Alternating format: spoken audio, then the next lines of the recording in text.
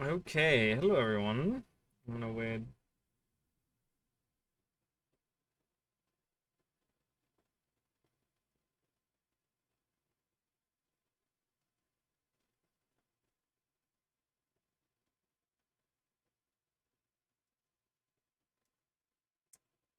As soon. Sorry, give me 1 second.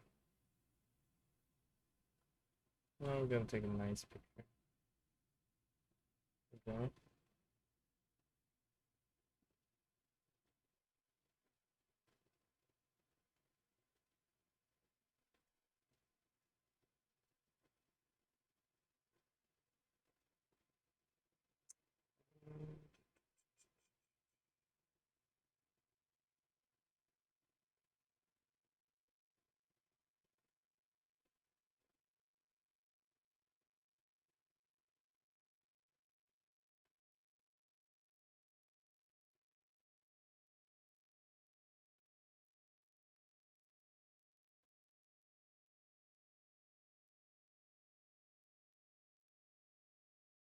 All right, welcome everyone. Sorry, just trying to do some stuff here.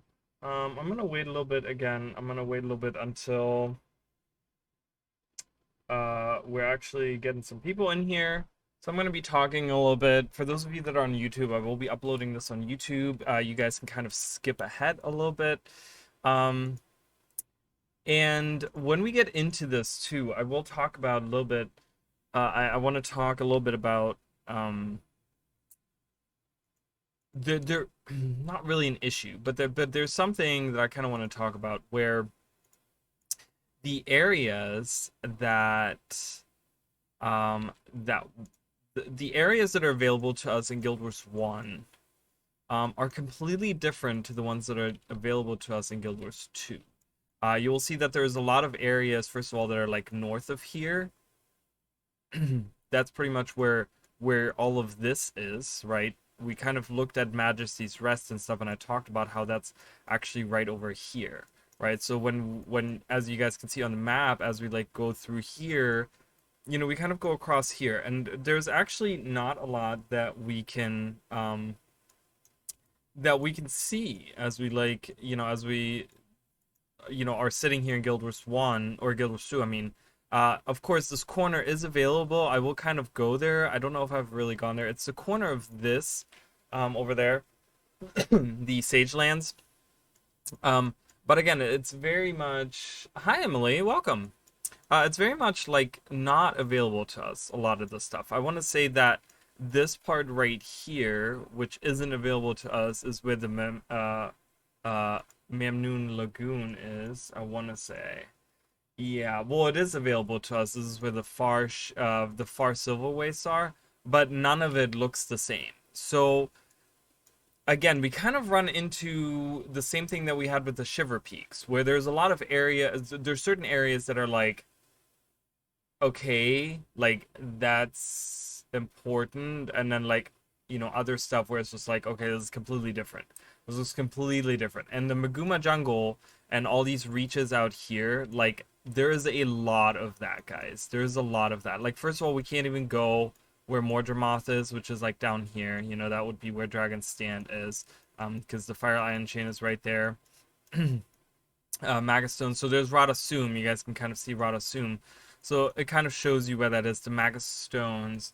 I don't even think they come close. Yeah, it's not even close uh to where Dragons. It literally ends right there. Like Dragon's Stand is literally right over here. So Dragon's Stand isn't even part of that. I'm good, thank you. I don't. Yeah, I don't know. I don't know. I think everything's fine on my end. Can everyone see me just fine?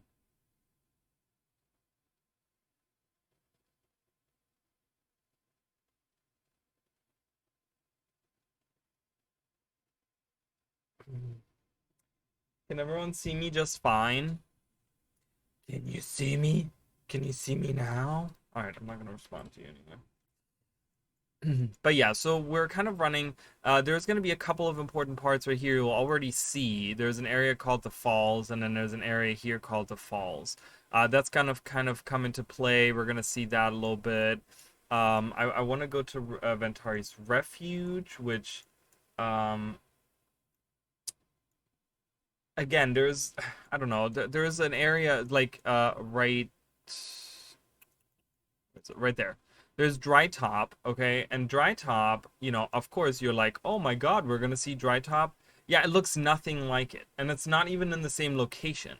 Because I will tell you what, the location of Dry Top is actually right here in Guild Wars 1.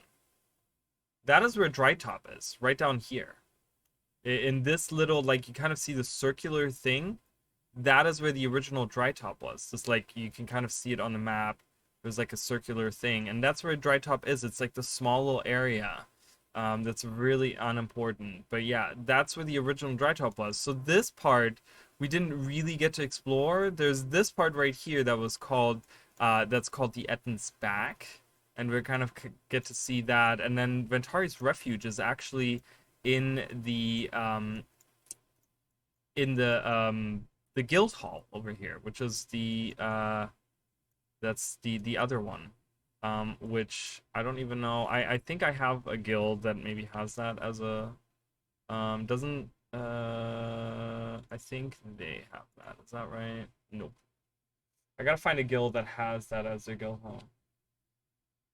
Yeah, I don't know. It's fine on my end. I mean, as far as I know, I need to know which do they have. Yes, Gilded Hollow. Perfect. I have a guild that has the Gilded Hollow. That's very nice. Very, very nice. So now we have kind of explored that. So Ventari's Refuge is like over there, but there's nothing like I don't think you can even see anything. So I will be going through some of the stuff. Like I said, but I just want to warn you guys that there is a lot of stuff that they have changed. Arena has changed a lot of stuff. There's gonna be some cool stuff like Bloodstone Fen. We're gonna see that in Guild Wars 2 is actually right over here. You can kind of see the Bloodstone a little bit right there.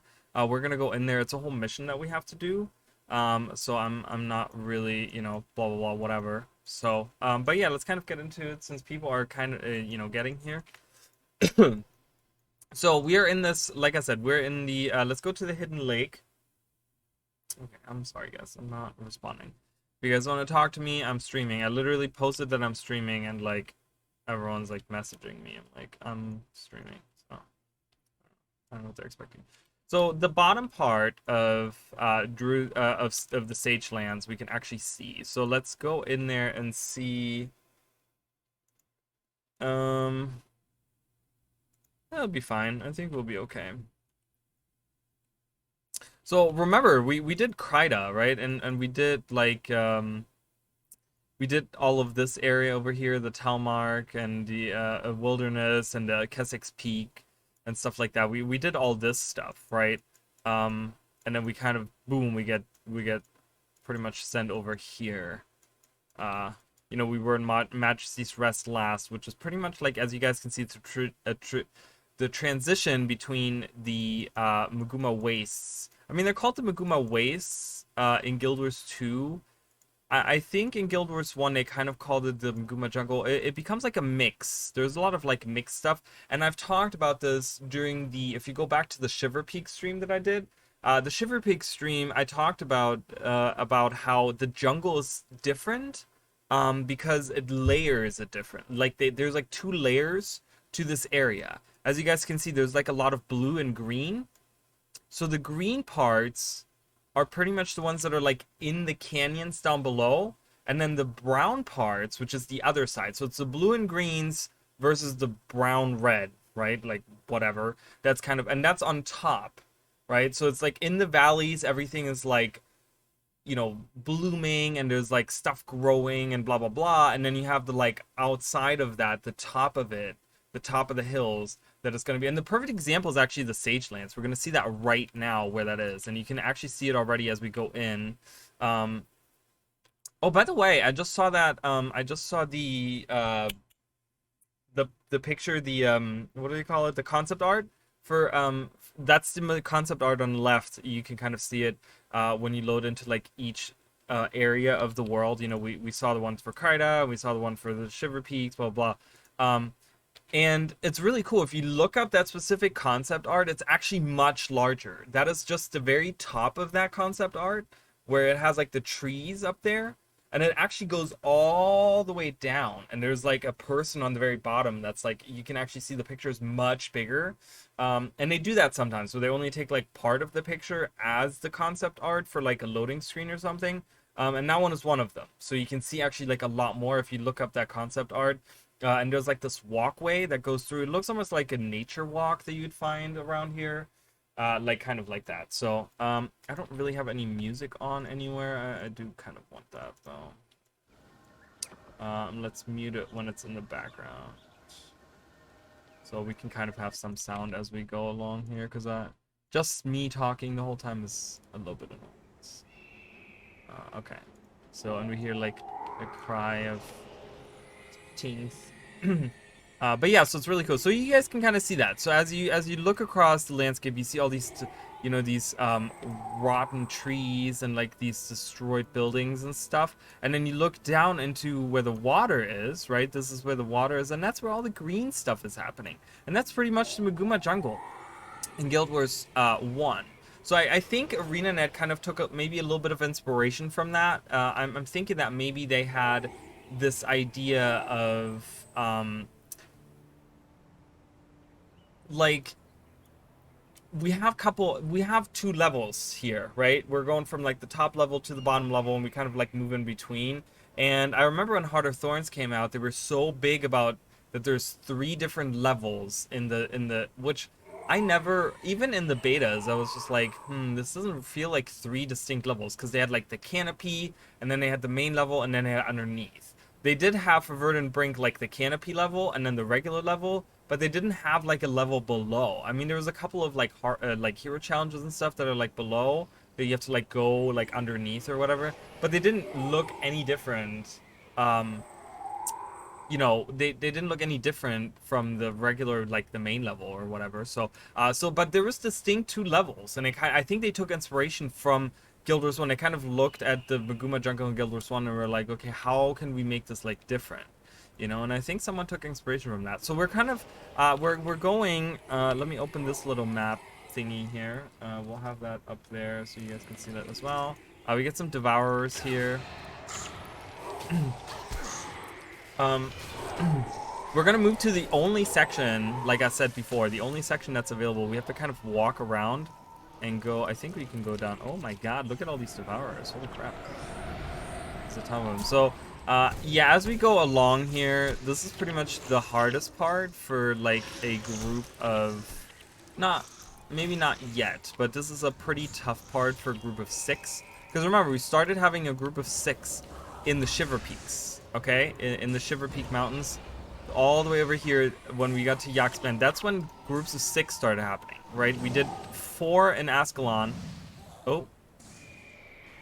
I just, like, everything just lagged for a second. That was really weird. I think someone was loading in and, like, everything was lagging or something. We'll kind of hide in the bushes over here. But yeah, so we went all of the Shiver Peaks and all of Kryta, and then we're now doing like more parts, but they're getting higher levels, so it becomes more dangerous and pretty tough. We will be doing, so one thing that I talked about is the characters. So we have Alvin Kirby here, who's a collector. Actually, let me go back to the Overlook, and I'm sorry that I have to go back because I totally forgot about the characters. So Versailles, Mosre the Exile. So I kind of want to read some of these names here. And they have missions for us and stuff, but do I have anything? Is my inventory like full? Nah. Okay, we're fine. We're good. Okay, so I kind of wanted to read some names here because we will find some of these NPCs. There's actually ghosts of these NPCs around. So there's Aaron Fletcher. I think we'll see him at some point. There's someone. Isn't there someone this way? No. Alvin Kirby. I'm pretty sure is one of these spirits. There's another Fletcher person. Isabel Navarre? That's Navarre. Didn't we read about someone named Navarre? Who was Navarre again? Wasn't that... I remember there being someone named Navarre. Wasn't there one last week, guys, that was named Navarre? I don't remember. Is there someone in here? There is someone in here. That's Robin Niels. Ah, there's Elvin Kirby. So you can find Elvin Kirby right here. And it's really funny because you have to tell them pretty much what they were doing or what they were trying to do, right? And it's really cool because we can do this now and we can actually like read their dialogue and we can find out what they used to do or what they were looking for or what they were trying to do or something. And it's so cool, right? Like that's a really cool throwback, I think, from Guild Wars 1 to Guild Wars 2, like that sort of stuff. You know, it's like it's just, you know, people that only played Guild Wars 2 wouldn't know the answers to any of these, right? They wouldn't. They would have to guess. But you know, it's like, oh, okay. So let's go to Elvin Kirby over here. So this is when she was still alive over here. Da, da, da, da, da. And it's a man. Look at this. This is Elvin Kirby and then Elvin Kirby, okay? We're talking to the same NPC, but let's talk to him.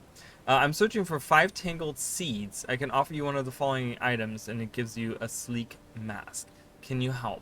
I feel my spirit is being grounded here. There's something undesired, unquenched. Do you see forgiveness? Want to be rich, famous? Want to be rich? No. Okay. Wait, that's interesting because it doesn't give us any story on Elvin Kirby. Was it love you wanted? Love? But there's still missing, still something. Do you create respect of a great leader? No. Was it love you wanted? Did you love someone? No. Okay. It means the love of your children. Yes, I never had a chance in life, but I went to the still so. Something about children, which is really weird because Alvin Kirby was a man. I mean, nothing against people who get a sex change, but like, how does the physiology there work? Like, that's really weird, right? So, but yeah, so we can see some buildings here. Again, we would be pretty much. Let me look here real quick to see exactly. So, the Druid Overlook, to show you guys in Guild Wars 2 where it starts, is actually like up here. Okay, and then we kind of are walking up here, so we're like up here somewhere, right? Okay, and we're kind of making our way around, yeah, it's really cool. So let's do that. Let's explore that corner, and then I want to show you guys something. But yeah, there's some buildings here, some long forgotten. I mean, this looks nothing like what it looks in Guild Wars 2, right? This is very barren and like destroyed. I mean, we do have some waterfalls over here. That's very pretty, right? We have this over here. So again, part where the whoa. Okay. Where the water flows, you know, there's growth. Like there's like little lamps and stuff, and there's like little whatever that looks like a walkway you can walk through or something. But yeah, let's oh, we went like way around. I didn't mean to do that. Oh, because we went to talk to Kirby. Can we go through here? Let us go through here? Maybe not. We will not. This is very confusing, I'll tell you guys. This is a very windy path and stuff. That's pretty much the dangers of the Maguuma jungle in Guild Wars 1. It's like the dangers of like, where can you walk and where can't you walk. It's very, very annoying. And then you have Wind Riders who are like the worst enemies ever. But yeah, look at this. You can see all the green down below, and then I mean this looks much different than what it did. You can probably find some videos online of what this used to look like. The thing is that the draw distance was like way increased like a few years ago, and that kind of like, you know, increased, like that makes it look really nice, makes the game look huge. Which, don't get me wrong, the game is huge. I think this was the biggest game that when I first started playing this game, that was it was the big. Whoa, who's shooting me? That was the biggest game I'd ever played. Was like Guild Wars. Up until that point, like I'd played RPGs and stuff, but I had never played like a really like a long RPG or something. Yeah. So Guild Wars 1 was like, oh my god. I'm gonna kill this boss real quick so I can get some morale boost. That'll help out.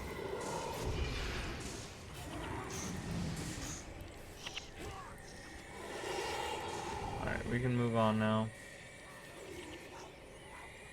Spirits will take care of the rest. Uh-oh. Yeah, that's one thing about the Devourers. They'll just come out of the ground, which is really cool. I wish they did that. I wish they did that in Guild Wars 2, where they come out of the ground, rather than just, like, hang out all the time. I mean, it's fine to have some hanging out, but... I guess maybe, like, just looking. So that's kind of like the corner of... Right? So that corner right there is pretty much where we are in Guild Wars 2.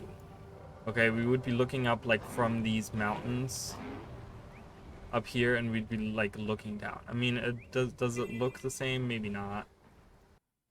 Let me look to see exactly how it's, like, look. Yeah.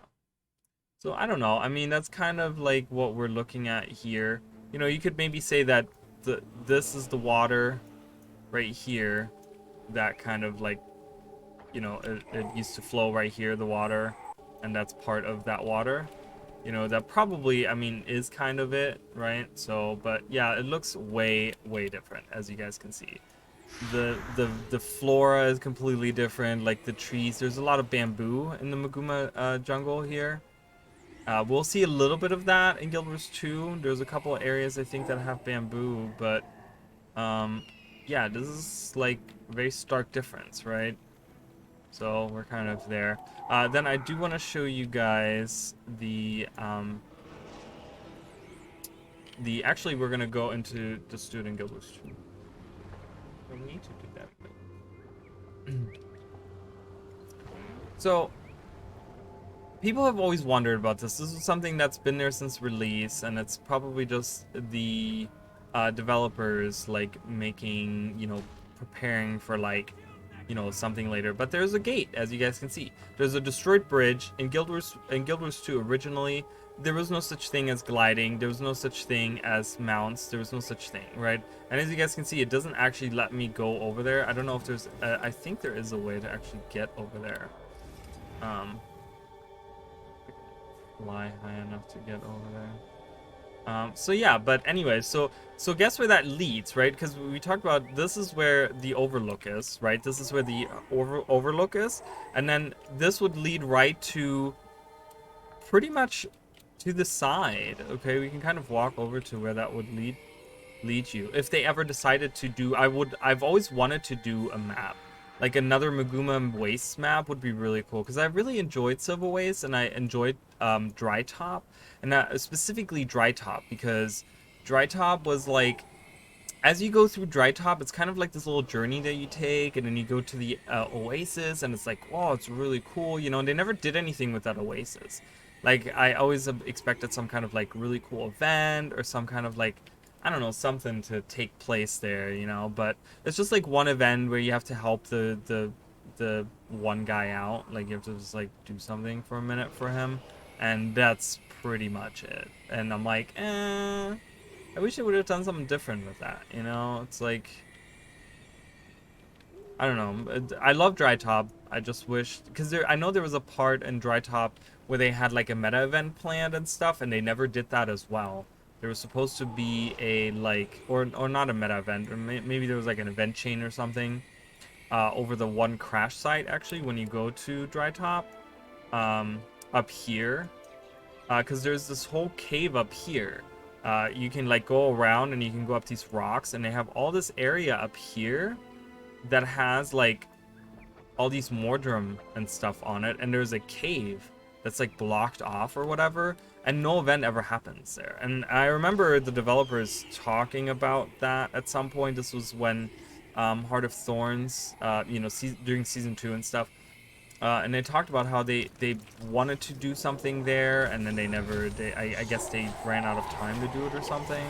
You know, it's always crunch. I don't know. ArenaNet has always, I don't know if it's them taking a long time to do everything, or if it's them, like, I don't know, dealing with like spaghetti code or what it is, but ArenaNet always, it doesn't matter how long, because remember guys, there was a content drought before Heart of Thorns, okay? There was a content drought for very many months, and it's like, okay, well, you know, are you guys having issues dealing with the old code, or like what, or the old engine or something? Why is it taking you guys so long?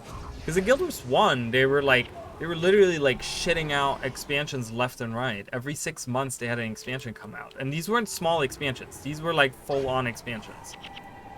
Not expansions, but they were like, you know, whatever you want to call it. Standalone games, campaigns. So this is the outpost. This is the Druid's Overlook outpost. That's where we were. There's a statue of Dwayna that was destroyed. And then we would pretty much come directly through here. Like, this is literally exactly where I would be standing. I would be looking at each other, right?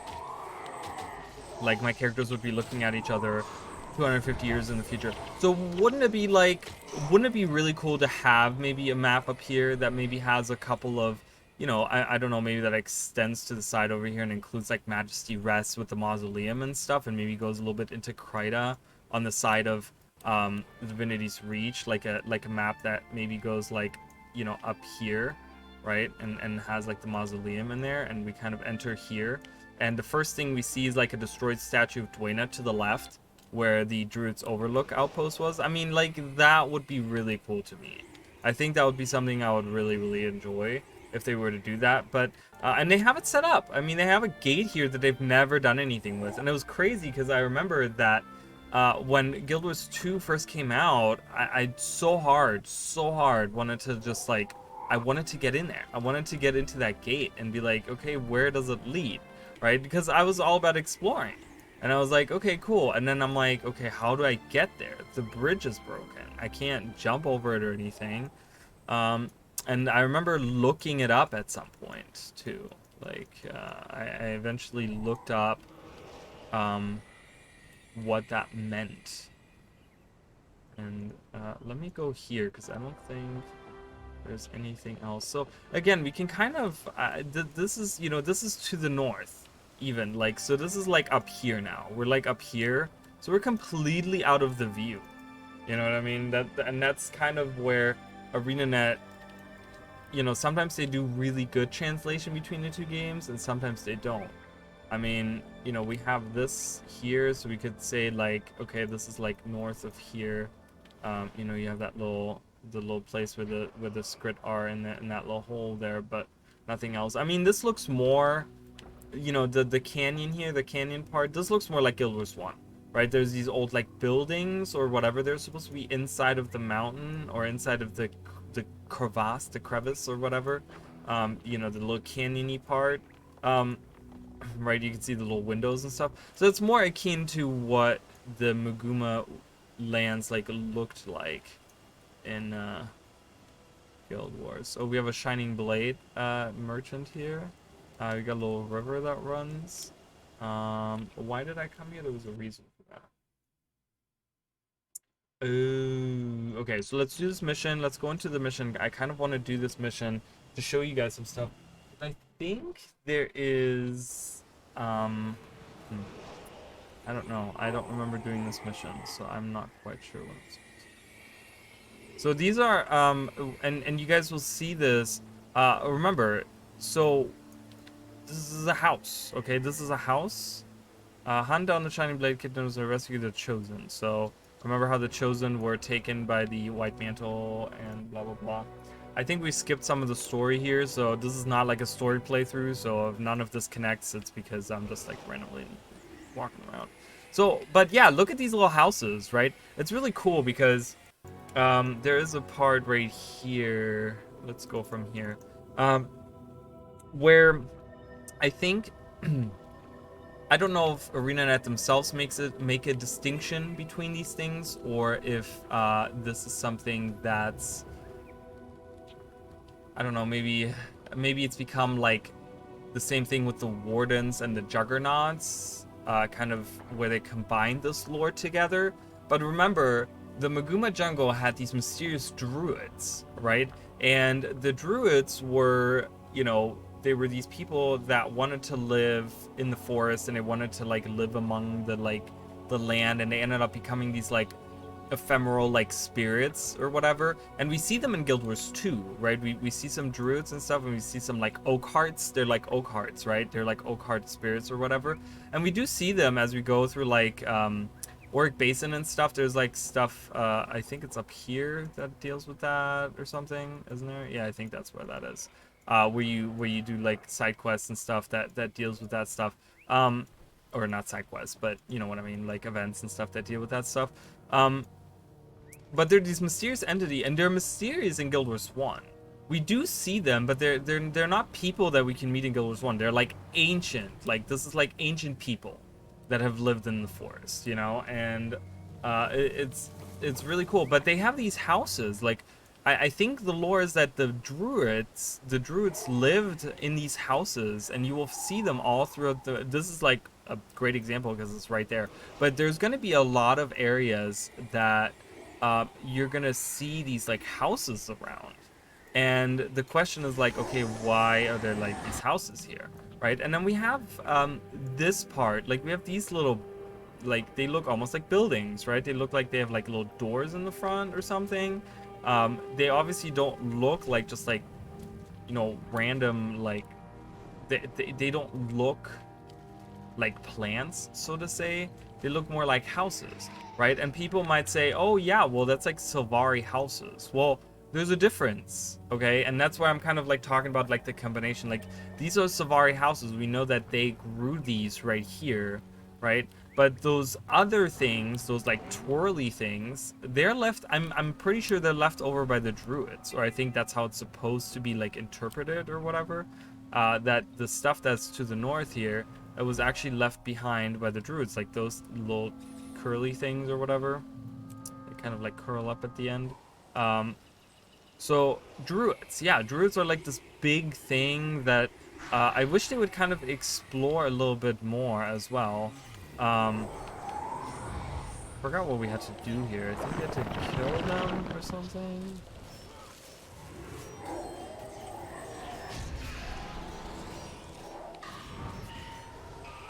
I think the White Mantle was really supposed to die here, but we kind of saved them. Yeah, so we're kind of, there's like a continuity thing.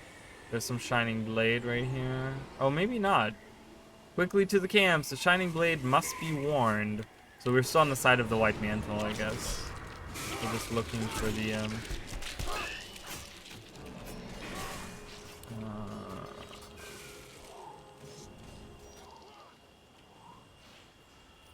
gonna go further this way because I'm looking for something specific that I want to show you guys. Because it's gonna be kind of cool. I don't know. I don't know how much we're really. It's not really that cool, but there's just something. So remember, Shining Blade are hiding out. They're hiding out in the forest. Okay, that's like the whole deal. Is there like these? You know, they're fighting the White Mantle, and they're out. They're doing like a guerrilla warfare where they're like just attacking them in the thicket of the forest or whatever, wherever the, you know, we don't know yet that they're being sacrificed. The chosen are being sacrificed on top of the Maguuma bloodstone. We don't know that yet in the story of everything, right? We don't know that yet, but we're about to find that out, I think, in this mission. We're meeting some of the leaders that we have already seen before. So,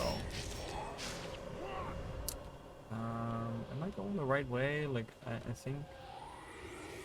Okay, we have a boss here. I hope you guys are doing good. I've been trying to get stuff done. I worked a little bit on some videos that I want to do. I'm going to be recording more of Xenoblade Chronicles. I have recorded a little bit of Xenoblade Chronicles. And it's, yeah, and I'm trying to get, like, more done. You know, it's so fun and so good, and I want to get more done. Should be down there. How do I get down there?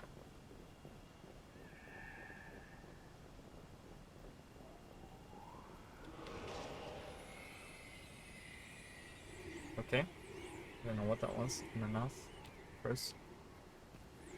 Okay, I don't know where we are now. Ooh, look at this. Look at how deep this jungle goes. Oh, we get a little cutscene here. So the White Mantle has kind of given up and they're like, it's no use, we're lost. So we go further deep. Okay, now look at this, guys. So there's a Shining Blade person, picks up a seed and drops it. And then what happens? A vine bridge appears. Now that's something that we see in Dry Top, right? Because there's the vine bridges, and that's Sadra. Remember, we saw Sadra. She was the one. So we follow Sadra. Okay. There's Shining Blade. We're finding the. So this person's still running away. We get some centaurs here. Centaurs were very prominent in the Maguuma jungle, which is really weird to think about, right? In Guild Wars 2, like, that's not at all, right? We don't see any. I don't think we see any centaurs in the Maguuma jungle at all. So we're still following the Shining Blade people here. But yeah, so the Vine Bridge right here. Look at this. So I mean, we're supposed to like take care of these Mordron. Let's do that real quick, so we can get some. Switch it up between Guild Wars 1 and Guild Wars 2.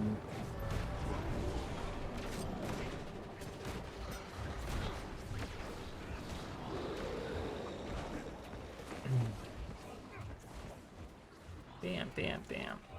I don't know how much I can get done today. Like I said, there's not, like, I'm not going to go through every area because a lot of them you won't even recognize. Like we just saw. I mean, they don't even at all look the same. I'm just going to tell you guys about them and, whatever I can get to, like, fairly quickly or whatever. So Sandstorm is here, which wasn't a thing in Guild Wars 1. Like, Guild Wars 1 did not have, like, sandstorms and stuff. So. I'm just gonna send my group to attack them while I do this mission or this event. But yeah, I have like so many videos that I want to do for you guys. My lore mystery bits series I started picking up again. So here's the whole concept of we have a Nip Kit over here, and he takes a seed. He does the same thing Sadra did, and he plants it. And then what? Boom, a vine bridge grows. And he does the same thing over here. He does that, boom, and a vine bridge, a vine bridge grows. Look at that, it's the same concept. So they took that concept, and actually in Guild Wars 1, they go much further with that as well. They actually take that to a whole nother level. So this is where Sadra was. This is where she dropped it. You actually have to do that yourself in Guild Wars 1. In Guild Wars 1, they actually take you, like, they actually, in a mission, they have you do that. So you kind of see it here and then later on in another mission. But yeah, so we're kind of crossing a vine bridge here. This is what they look like in Guild Wars 1. You guys can see that. So that's where that concept comes from. So it's not a random concept. It's not something that they just came up with for this one. But they wanted to make it, again, ArenaNet is all about their little callbacks and their little, like, fun things that they show off and stuff. So they wanted to show that off. They wanted to, like, just show people, like, oh yeah, remember the missions where you had to, like, drop the vine, the little things. Yeah, and that's right there. So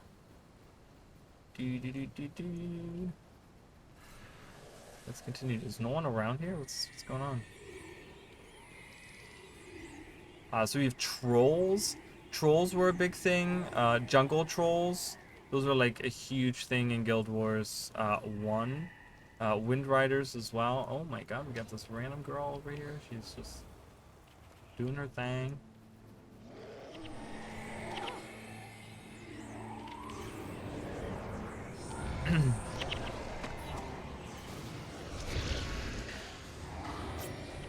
But yeah, it doesn't look very jungly, right? I think Guild Wars 2, like, I don't know. I still think in Guild Wars 2 and Guild Wars, like, both Guild Wars 1 and Guild Wars 2, neither times have they done a good job of portraying a, like, a very just, like, jungle.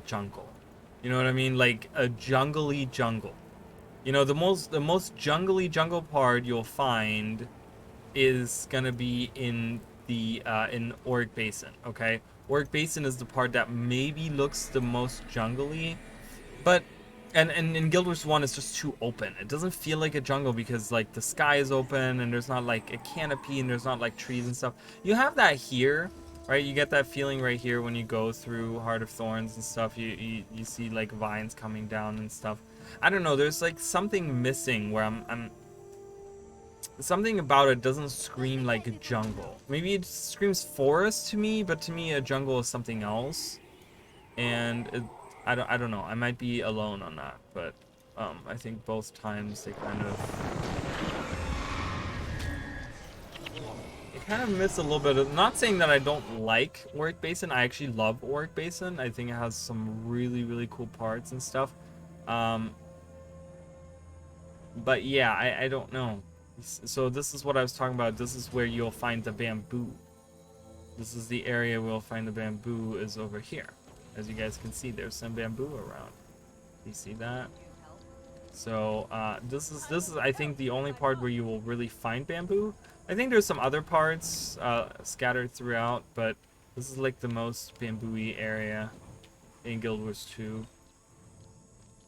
There's also that column cave that's somewhere. I don't know where that is, but it's somewhere on this map as well. It's like an adventure. Right? Isn't it? Or is this it right there? Where you go in and it has like a bunch of like jungly stuff going on. Oh, okay, hold on. Playing 2 games at the same time is really hard, guys. It's really tough. It's tough shit, tell you what.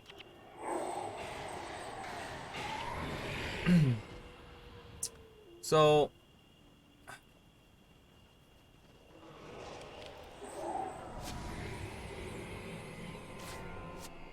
I need to look something up.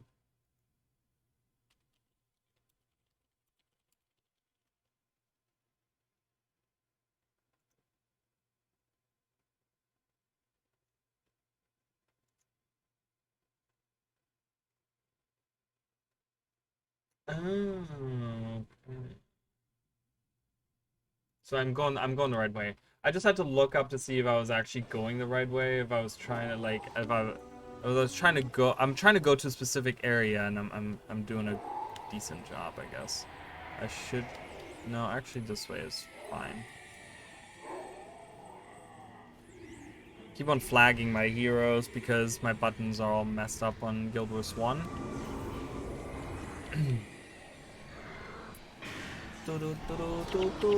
I also took some notes for I want to do another animal facts video. I mean, I don't know. I really enjoy them. I don't know how people are liking those videos. Those are so fun to me. So I kind of there was something I noticed yesterday and I was like, "Oh my god, that would make a great fact again." You know, like another am I hey, I can't go down here. Okay. Am I going the wrong way?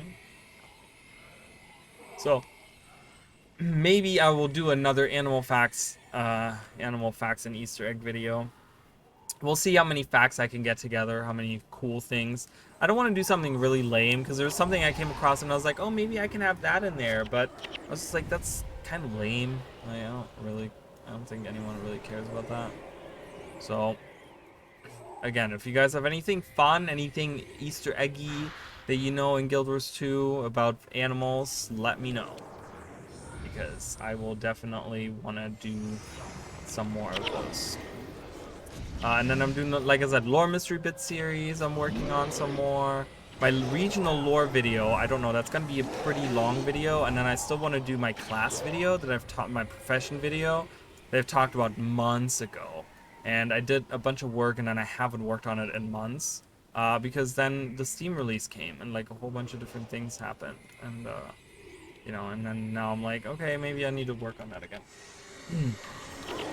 Because of course, like goal-wise, you know, there's like all these things I want to get done before the end of the year, and it's just like, okay, well, I have to get my shit together because I want to get these things done. Okay, am I going the right way? I have a feeling I'm going the wrong way. I think I'm supposed to be down here. I'm pretty sure I'm supposed to be on that path down below, guys.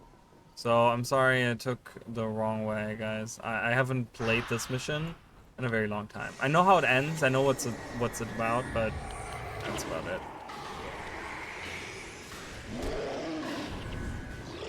More animal facts. Yeah, well, I mean, that's kind of what I'm looking for right now. Like I said, I had one thing that stood out to me where I was like, oh, okay, that would be interesting to know. Again, it goes back to like details. It's something that people might not necessarily notice because they're not, paying attention to the little things like me. Wait, I came from there. How do I get to the other thing? Wait a minute. What's going on here? I'm so confused. I literally walked in a big circle. And you know what? I will tell you what, guys. The last time I played this mission, that is exactly the same thing I did. I remember I went like, I have to go this way. Yes, I have to go this way. Okay, I found it, guys. This is where I gotta go.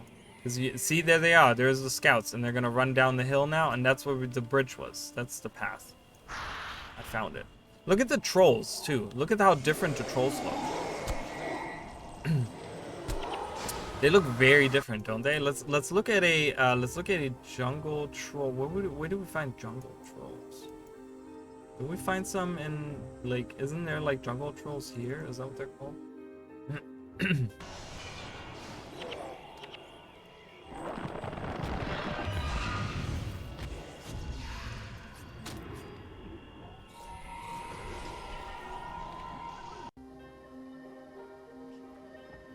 I love the Maguuma jungle music and or like Heart of Thorns music.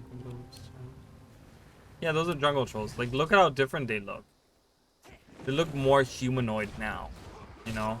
In Guild Wars 1, they were very like monsterish. Now they look more like actual like humanoid things.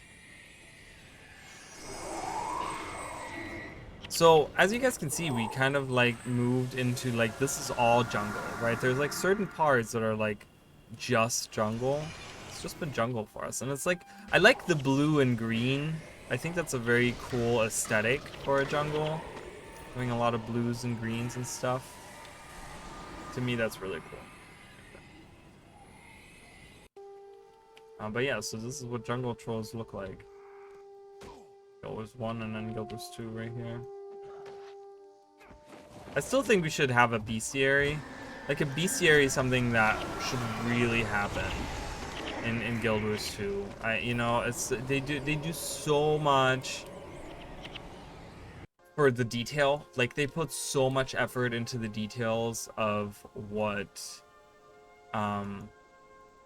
creatures look like, but we never get to see them in their full like glory or whatever.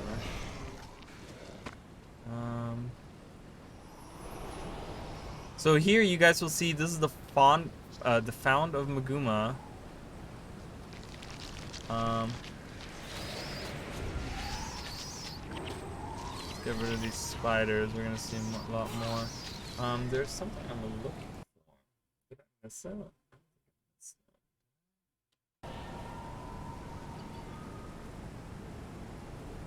I guess I did miss it. Let me look at this. Is this important? Oh, it is important. Let's go there.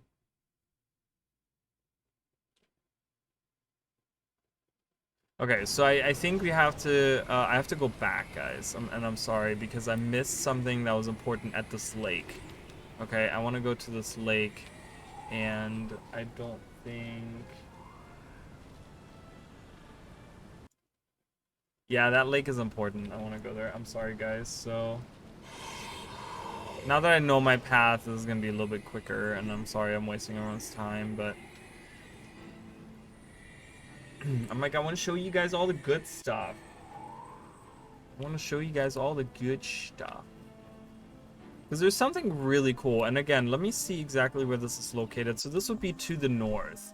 Okay, so this would be where this, like I said, where this lake is. Or not, I didn't say that. But that's where this lake, okay?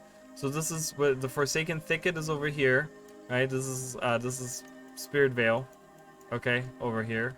So this is where Sabbatha is, or is that Sabbatha? Yeah.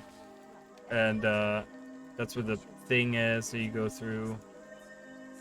And this is where the Veil Guardian is and stuff, like, and that's the arena, and it's just to the side of that, right? Which, that map, if you look at the Spirit Vale map itself, that's a beautiful map. They have a lot of, like, details, and It's very like busy. When you look around, there's like a lot of stuff going on, like just with like different plants and different animals, and or not animals, but like different plants, and you know, just, I don't know. Everything looks really cool. I love that map. I think that map's really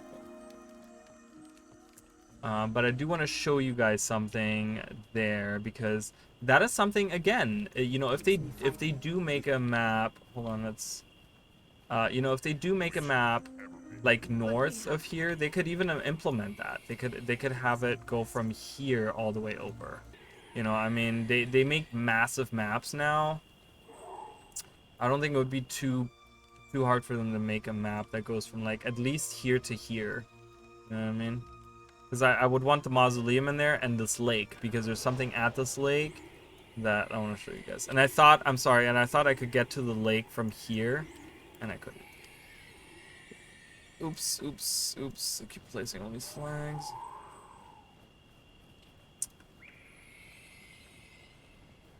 Da, da, da, da, da, da. Yeah, so remember, this is the Mamnoon Lagoon right there. Which is right there. So right north of it is that other lake, which is this lake. That we're going. That is where we're going to. Blah blah blah blah. Tree of Vitality. It's a boss. It's a boss. It's a boss.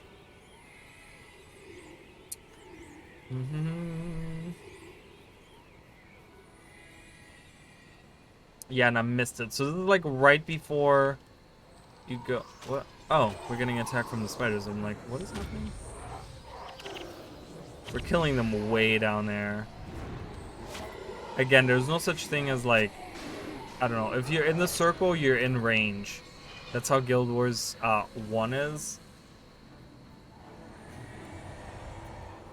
That's tough to say. I don't know. They're very different games, so it really depends on which one you. First of all, welcome, by the way, Montenatus, or Montenatus. I don't know.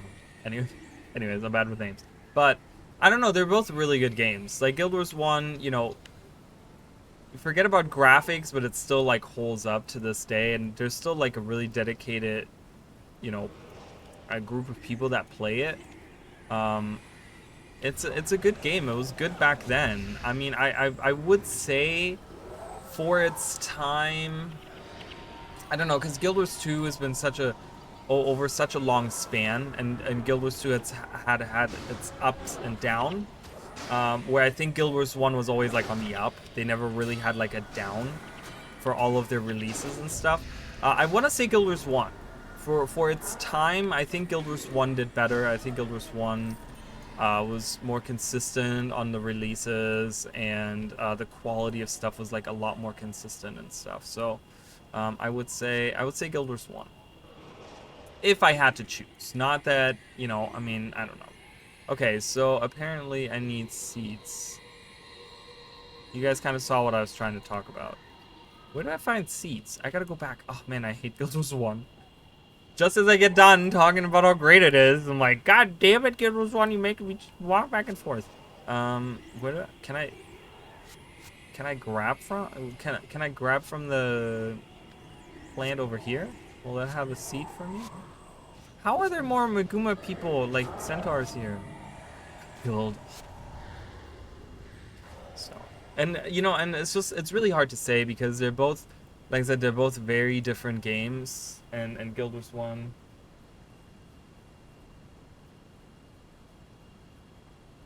Yeah, definitely. You know, and even if you look at its, you know, for its time, like they're just so different games, and I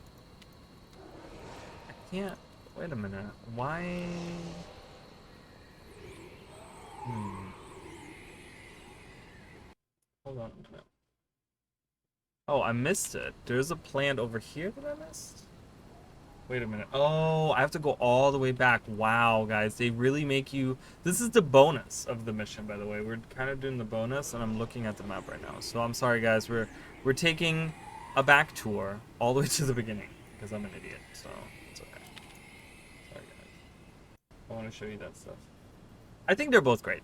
They're very different, like I said. So you know, as a Guild Wars 2 player, don't jump into Guild Wars 1 thinking like it's the same thing. It plays very different, okay? It's a team-based. You're always in a team. Like, these are all NPCs that are hanging out with me and stuff. There's Livia, by the way. There's Gwen, for anyone that's interested. You know, we see Ghost Gwen in Guild Wars 2. Um, sorry, I need to make sure that I'm not going back. Oh my god, it's right in the beginning of the mission. I had no idea. I haven't done this mission in so long, guys. I'm sorry. Alright, well, we're gonna see the white mantle. It's the white mantle. Jamaican Soda was the best call they could make at the time. Great way to do a sequel. Yes, it was great. Well,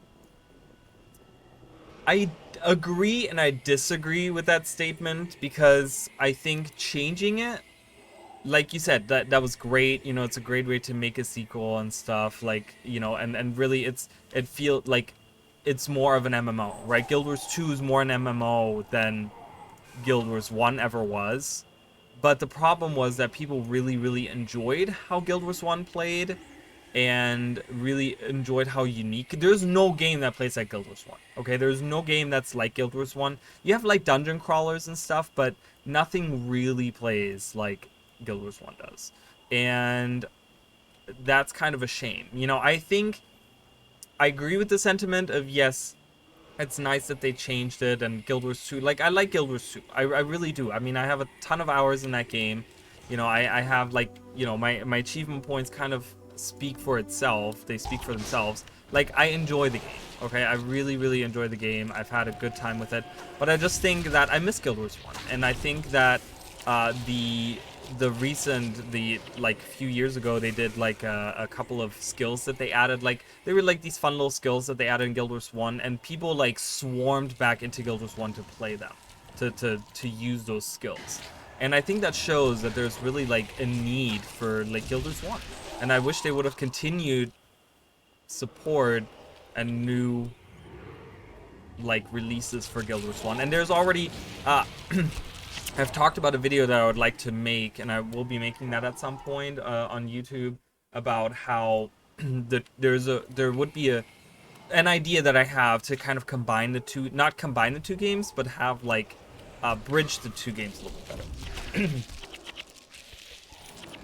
So there's an idea that I have for some stuff where, you know, I would like to see, I don't know, both games. Like, I want support for Guild Wars 1. I really do. And that's what it comes down to, is like, I think Guild Wars 1, it's such a unique game, and people still like it, even if it's outdated, even if, you know, the graphics are outdated and stuff.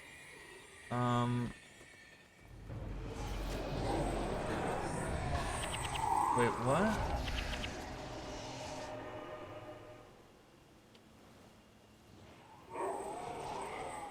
Okay, I don't understand. Hold on, guys. Let me look at this real quick. I'm confused.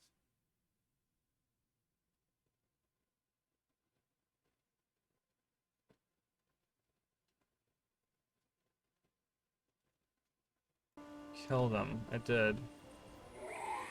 I did kill them. Oh my god, are you kidding me, guys? I have to eavesdrop on their conversation. This is so annoying. I'm so sorry, guys. This is like failure. I'm a failure as a host. I guess that's what I am. Am I a host? Oh my god, this is so annoying. I have to redo the mission. I'm really sorry, guys. I'm wasting everyone's time. Everyone's like, do you understand that we're busy and we have other things to do? And I'm like, I know, I'm sorry. I totally get it. Because apparently I'm supposed to let them talk. I'm supposed to eavesdrop on them. After their dialogue finished with the line, I will guard Ramside, Broken Hoof, and Harm Crossrider with my life. Kill them. They did say that, though. Wasn't that their line? Didn't they say that? Pick up the vine seed that eventually appears by the glowing plants. Okay. Maybe I didn't have to restart, but just to be safe. So we go down here. Yes, and we go to the left. So we're gonna restart the mission. So we're gonna rewind the last like 30 minutes of my life. It's the nostalgia.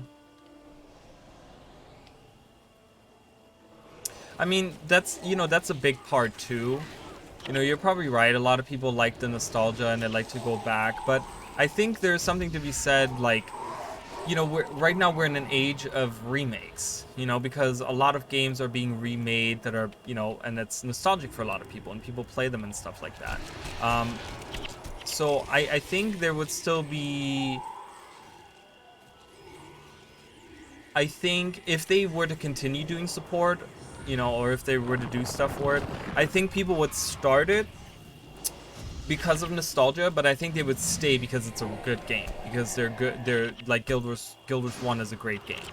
I think for a lot of people it would be like kind of like that. I mean, for me, I would just play because it's Guild Wars and I love Guild Wars and I love the lore and I could live in this universe. I don't even care about Elder Dragons. Like a lot of other people can say they miss them as that while games still exist though. I mean, it's because they carved out spaces and it makes it overrated when games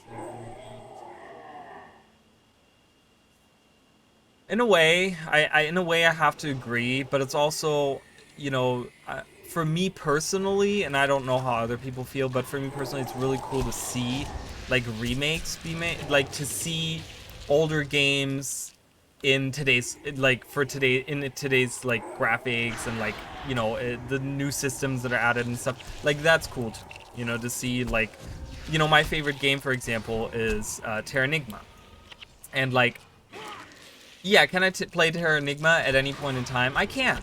I can do it on the channel. I can do it privately by myself. I can do, whatever with it. Which I've done dozens of times.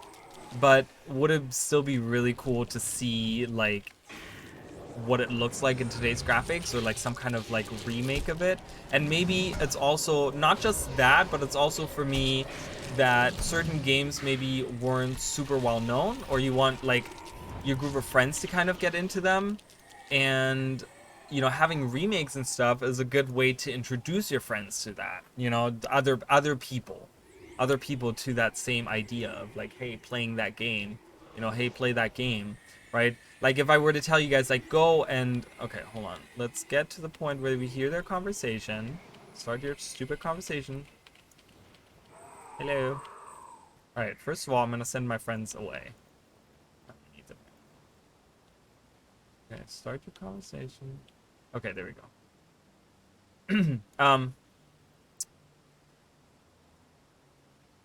I forgot what I was saying. But it's like, well, I could tell you, I think that's what I said. I could tell you, like, to go play Terranigma right now. It's the best game ever, and it's so good and so awesome. Do you know how many people have been like, oh, that's interesting, that's cool. But if there's, like, a remake made of it, like, it's getting remade and stuff like that, and, they hear other people talk about it, and reviews are coming out, and, like, all this stuff, like, people drive to it, you know what I mean? There's something where it's like, I wish there was more content for Guild Wars 1, because you can drive people into that content and you can say like, hey, watch this with me or play this with me or whatever, so that's kind of, maybe they're a little overrated. Certain ones where I'm like, I just play them for nostalgia, like the one I always think of is the okay, so now I can defeat them, right? No, because it says defeat them. Okay. Alright, so now I can... I'm gonna wait until that goes away. Okay, so now I can kill them. Like, I always think of, like, Spyro. They remade... Like, Spyro was one of those where I'm like, oh, man, I can play it. And it's really funny because I did for Twitch. I played on Twitch years ago. I played through the original trilogy. And... Then... Then I went, or then the next year is when when they like announced the remakes or whatever, and I was like, oh my god! And I didn't play them on stream or anything. I played at my house, but I was like so excited to like play Spyro again, So yeah, you're right. I mean, you can play them at any point; they're still available. But I think there's something about like having remakes that kind of attract a new crowd or something. I don't know. There's a lot of different arguments you can do for that stuff. So, and it's not really about like right or wrong. It's just again subjective. I think that part is also very subjective, whether you like them or not. There's obviously some kind of market for them because we're like in the age of remakes right now, so.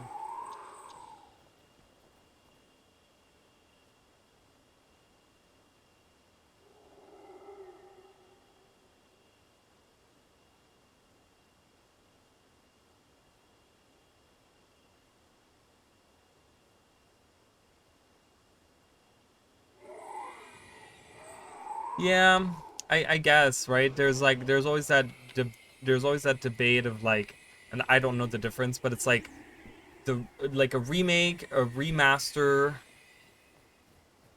and what's the third one? It's a remake, a remaster, and something else.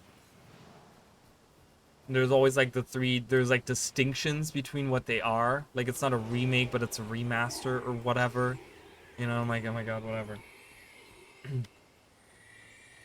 But yeah, I never, people were always like so huge about, Final Fantasy 7, and I played 7. I played through it one time and I liked it, but I know people are always like it's the best game ever, and I'm like, I think that's nostalgia for a lot of people, you know.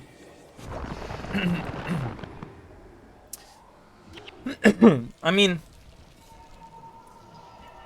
and that's the thing. A lot of people always talk about like, oh, I had such good memories, like with like Halo. I remember like great memories, and people talk about that all the time, where they're like, oh yeah, the memories I've had, and blah blah blah, and then you get the like, the remaster comes out, and it's like, people go like crazy for it, but it's just not the same, you know. And I don't know. I think that's, yeah, this is the nature of it, I guess. People are blinded by nostalgia in that way, where they're just like, oh my god, it's my favorite game ever, and then and they think they can reignite that spark from way back when, and it's really not like that. And like you said, a lot of them kind of do fall flat, I think, and just kind of just nothing comes out of it. Like they make it, and then it's just like that's it. There's nothing, like not a new series comes out, or whatever. It never really changes anything. I think, like I said, I think that ArenaNet really is missing out on something here. My idea that I had, I'm gonna skip this, we've already seen this. My idea that I've had, hello, who are we talking to? Okay, that was weird. My idea was that I recently had, and it's something that's completely unfeasible, and it's something that'll never, ever, ever, ever, ever happen. But my idea was to have an expansion take place in both games, in the same location, but obviously there's 250 years, and they come out at the same time. Like both expansions come out at the same time for both games, and then they have the system like the Hall of Monuments that they have, where you can like earn a reward. Actually, have that be crossed, like not just from one to the other, but also from the second to the first, right? So I can play something in Guild Wars 2, I can like play through whatever, right? And I get a title, or I get an achievement or something that I go through, and it unlocks like something in Guild Wars 1 for me. And then you kind of have like Hall of Monuments, and they maybe rename the website or something, and they use that tool still of like having the points like cross over or something. And and kind of enticing you to play both games, but of course it's all like it's all cosmetic stuff, right? Because that's pretty much all it really is. It's like cosmetic stuff. Oh, I'm going the wrong way. It's this way. Is it this way? I think it's that way. Yeah, it's not.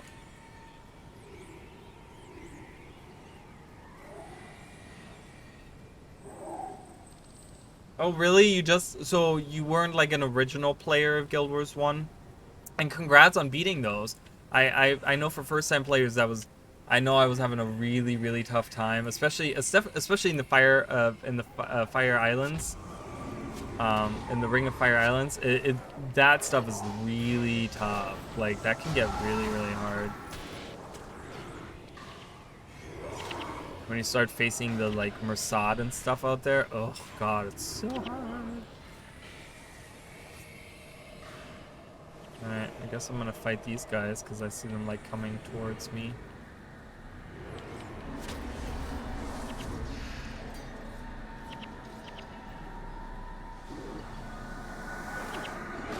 Okay, interesting.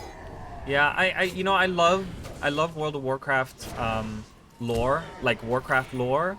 I played the first three games, and I didn't really read the books, but I've read up on the wiki on the books and stuff, and all the different like stories. And I've played WoW. I've played not a lot really. I can't say that I've played a lot of WoW, but I've played it here and there. But my thing was just always the like I don't like a subscription. I'm just like it's not that I can't afford it, but it's like I don't know. I that was always something that kind of like pushed me away from it. Oh, how do I drop this? Oh, there we go. I was pressing my Guild Wars 2 key for that. Okay, so this is where we are. Hello, hello. We finally made it here. Hello, hello, hello. So this was something I remember. There must be somewhere. I think on my it must be on my. Oh, that's actually on my other hard drive from like 10 years ago, or something. I took screenshots of this when Heart of Thorns was announced. I took screenshot of like this like place over here, and I was like, oh man, we're going to the Maguuma jungle, and I didn't know where we were gonna go. Right, we got the silver waste and stuff, and I didn't know where we were gonna go. I mean, I didn't realize that up here is where I was standing at this lake. That's where I am right now. But yeah, so there's these mysterious stones, and they have some like symbols on them. Really, really weird stuff. We don't ever. I think there's a couple of times you see these throughout the game. There's a dragon on there. That's a little weird, right? And then there's a triangle with like things. This could be like. This looks a little bit like the eye of Janthier, right? It's like a pyramid thing.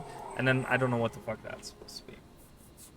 So that's really mysterious, right? We have these mysterious runic stones on this lake. And like I said, we can't go to the lake. We can't physically go to the lake. So, and I'm going to turn around. I'm not going to finish the bonus because screw it. I don't really care. And you can kind of go, as you guys can see, we can go into the lake. And it's a very shallow lake. And yeah, so that's weird. Those runic stones. And I think, do they appear somewhere else?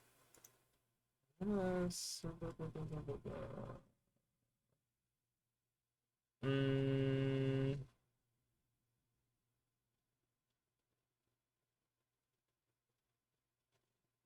it doesn't say. It doesn't really say, but yeah, so there's these guys over here. And that's really mysterious, right? Mysterious runic stones, and we haven't been again, another like there's actually really cool stuff in this location of the world, like really cool things to see. And I hope that maybe ArenaNet at some point will like maybe release a map. And I always forget the name. There's that really cool person on Reddit that makes these like fake maps for Guild Wars 2. If you guys have never seen it, oh man, you gotta look it up. Let me see if I can find. They post on Reddit, and I always forget the name. I always do because it's such a weird, like it's not a weird name, but it's just like such a random name. Um,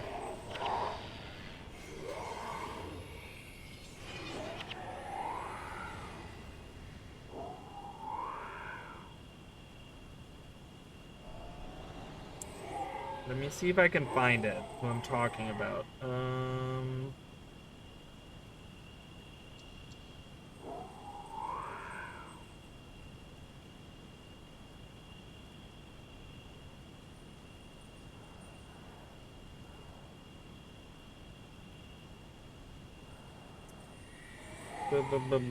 No, no, no. Oh my god.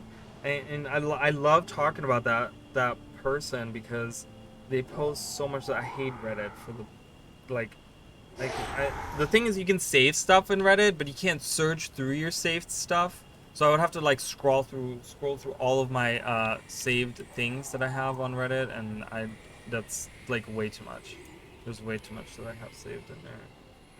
So let's just, as we do the rest of this mission, we have already done most of this.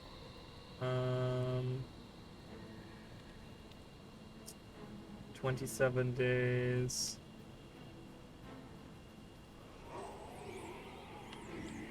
Da, da, da, da, da. And we're gonna see some more cool things, guys. We're gonna see some more cool things in Guild Wars 2, I promise you. I know that this is like probably the lamest part of the comparison, but it is what it is. let's attack these guys over here. While we're doing that, I'm gonna scroll some more. Maybe I can find it. If anyone can find it on Reddit, I mean, I don't know if anyone is on Reddit. If anyone likes to be on Reddit. Oh wow, we killed those really fast. I'm gonna scroll as we walk through here. And we're redoing this mission for the second time now. Does anyone know if they're gonna keep doing the like Twitch drops? I saw a post of that. Just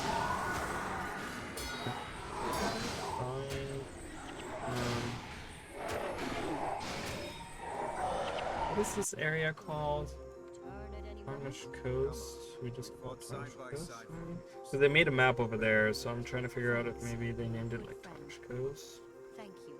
But if you did turn, don't worry. I'd end you fast. Really? You'd do that for me? Of course. What are good friends for? Of course, I put in Tarnish Coast and it brings up World vs. World because that's like a World vs. World server. Great. Not what I'm looking for. Quickly, move to the camps.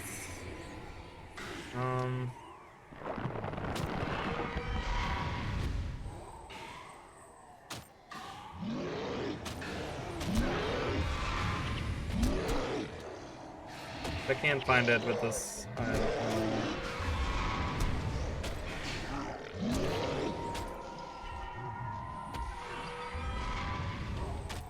That I don't know because I can't.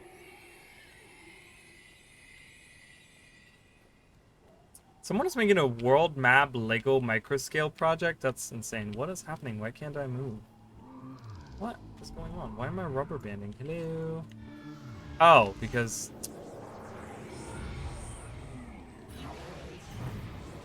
I'm like, why am I rubber banding? What is going on? And now I can move. I wasn't paying attention. I didn't realize that guy was there.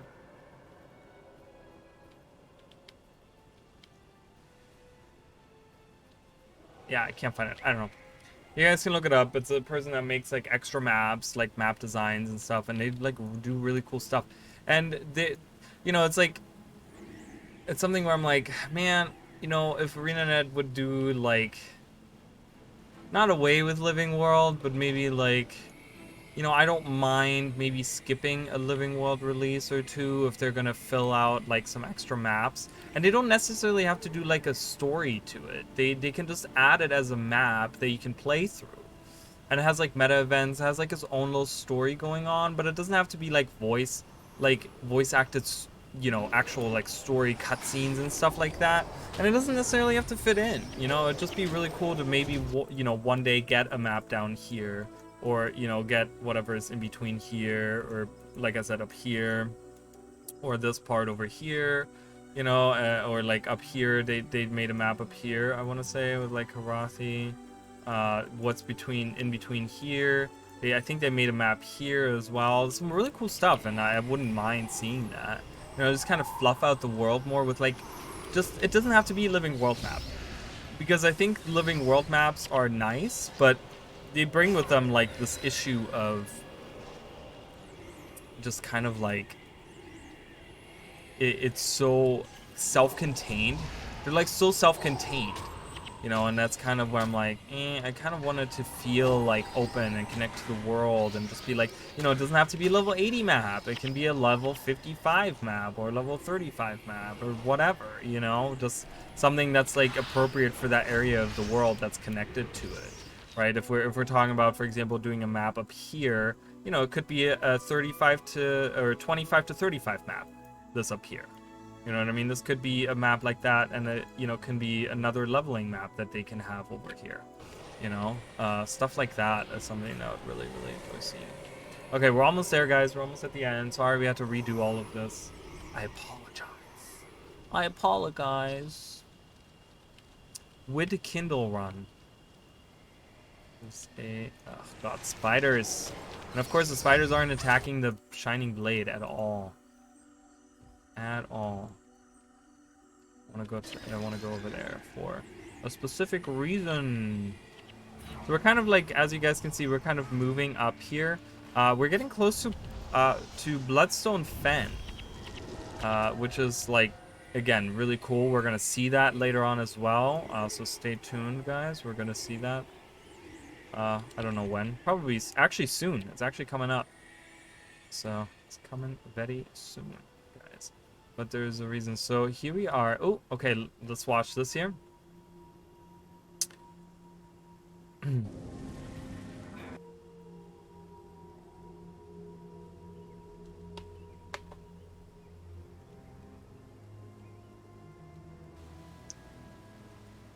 I hate spiders. Hate 'em. Oh god, it looks so gross too.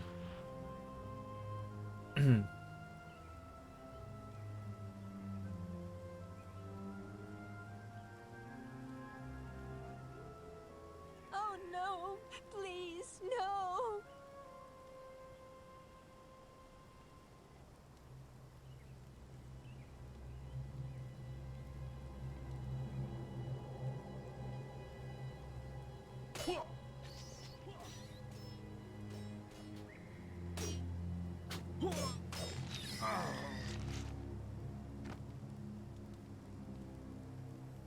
You there.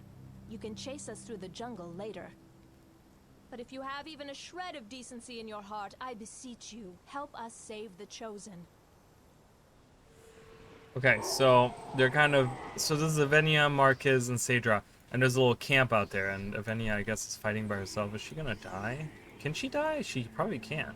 But yeah, so there's a camp out here, okay, and I don't think we're gonna actually see much of this camp, so I'm gonna just kind of have this play out on the side while I do. So these are all dead except for one chosen. That's great, I guess.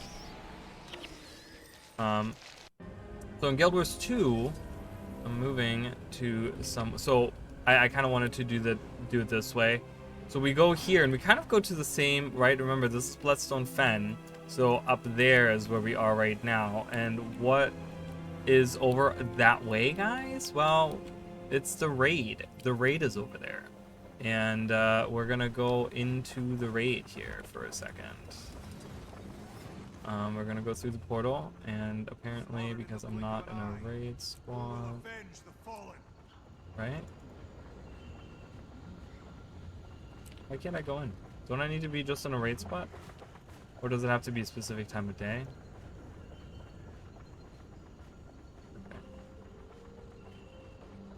Okay. I don't know why it's not letting me in, so Needs to be doing the explaining. What are you going to do to us? I don't know what to make of you. You're not typical White Mantle, as evidenced by your bravery and willingness to help save so the anyways, Chosen. we're gonna kind of skip over this because we're not really paying attention to the story. But yeah, so we're in the Shining Blade camp, which was right over here. Okay, that's where that's where we just were. That's where we fought the Shining Blade. And I'm trying to get into. I was gonna do like the whole like going into Spirit Vale through the actual path, but it doesn't. Does it let me do it through here? I hope it's gonna let me do it through the aerodrome because well, if not, that would kind of suck. Hey, Spectrius, how are you? Welcome, welcome. Long time no see. Okay, how do I get into Spirit Vale? Is it this one? Ooh, look, guys, it's Captain America. Wow, from far away he looked much better. Why can't I go in? Is there a reason? You must be in a raiding squad, but I am in a raiding squad. Wait, didn't I make it raiding? Oh, I made it private. That's why it wouldn't let me in. Whoops, I pressed the wrong thing. Bastion. I've been pretty good. Pretty busy. You know? What have you been streaming? Have you been streaming like Guild Wars 2? It's weird because every time I'm in the stream with like Chicken, I see that you're streaming and I'm like, oh great. And I feel bad that I don't. According to the Wait, intelligence, wrong one. this cave system leads We went to the deeper wrong one. into the Oh my god, complex. why is this such a pain in the fucking ass? What have you been doing in Guild Wars 2? Have you been doing like season 1 stuff? I haven't caught up on my season 1 stuff. I might do a impromptu stream this week sometime where I'm gonna do some Guild Wars or some season 1 stuff. Just because I haven't done any of that. Okay, so I went to the wrong one. I gotta go to the Spirit Vale, and I didn't go to the Spirit Vale, so we can actually go through here now. So we're gonna go to Spirit Vale. There we go. Oh, okay, 100% map completion. All right, nice. All right, let's find these soldiers. All right, so here we are. I'm gonna not try to encounter these bosses right now. Captured an entire squad and took them deep into the woods. Stay alert. So again, this looks very, very different from where we just were, right? Remember that? So I think most people. Ooh, I don't want to. Is there a way for me? Ooh, can I go? Oh, I can. Wait, what was over there? Oh, a dead body. What would bandits want with a pack squad? Is there a way for me to? Uh-oh. Uh-oh. I'm not doable. Oh my god, I'm gonna die. I wonder, can I glide? Oh, it doesn't let me use my mastery. I'm trying to figure out how to get up there. I want up there. I have fallen. I think this takes me up there, right? To the airship. Yeah. No, I'm not dual boxing. I'm running them at the same time, but I'm not like dual boxing them. I mean, I don't really know what dual boxing is, but I don't think I'm doing that. All right, I'm trying to get over here. Okay, that's all I'm trying to do. I'm trying to get to this area right here. For what reason, you might ask? Because everything's taking me 20,000 hours today. Okay, so right here, ta-da! This area right here, guys. This is where the camp was. The camp that we just looked at, the Shining Blade camp. This is where this is. This is the exact location of the camp. Again, looks nothing like it. Obviously is like way different, and yeah, so okay, apparently I can't attack him. No. I hate pocket raptors. Get out of here. So this is the location of the Shining Blade camp. Like, looks again nothing like it. So Forsaken Thicket had a Shining Blade camp at some point. Just kind of, you know, I guess that's what we're taking from that, you know. So now we're gonna get to the fun part. Now we're doing the good stuff. We're doing the bloodstone stuff. So we're just gonna get in there. And we're going to Bloodstone Fen ourselves. And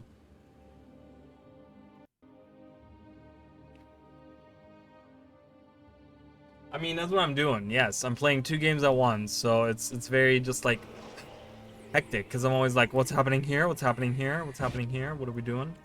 So, Bloodstone Fen. I did know there's a Pocket Raptor Mini. I didn't know that. I don't think I have it, but I do know of it. I don't know how to get it. I don't know. I'm not big on minis. I don't really care. So, this is the Bloodstone. Obviously, we know it exploded out of here. We're going to kind of just float over it. And we're going to see what it looked like before it was destroyed. Yay! Let's look at the not destroyed Bloodstone. I'm not going to go through the whole mission because you guys were painstakingly having to watch me go through that whole last mission there, and I'm not going to do that again. I'm just going to get to the point where we can actually see it from above. Again, so there's Chosen. The White Mantle are now enemies because apparently the Shining Blade are like nice people, and we're like, oh, what? You're saving them? And this is where we find out that Hableon actually takes the Chosen to be sacrificed on top of the Bloodstone, right? And we did all that. Remember, we did all that last time, right? Hableon, remember Hableon in the arena over there? Yeah, so he's the one that we end up, I think we face... Do we face him? I think we face him at the very end of this mission. And we kill him on top of the Bloodstone. But yeah, so there's the Bloodstone, guys. There it is. It has like weird symbols on it and stuff. And there's Sadra over here, and she tells us about the Divine Seed. But yeah, this is what it looked like before. Really weird, right? So this is where the explosion, like we're kind of looking from like the southern part, I guess, onto where the explosion was. So like from somewhere down here, you know, but you can see the symbols on there. Do you guys see the writings on there? I mean, this is where the writings are on the stone. You can kind of see like there's again a triangle, like a pyramid type of thing in the middle, which is like Janthier-ish, right? We talk about I have Janthier in a pyramid, right? And then there's like these different symbols, and there's one big symbol here. What does it all mean? I mean, there's 6, right? There's 6 altogether. Again, very mysterious.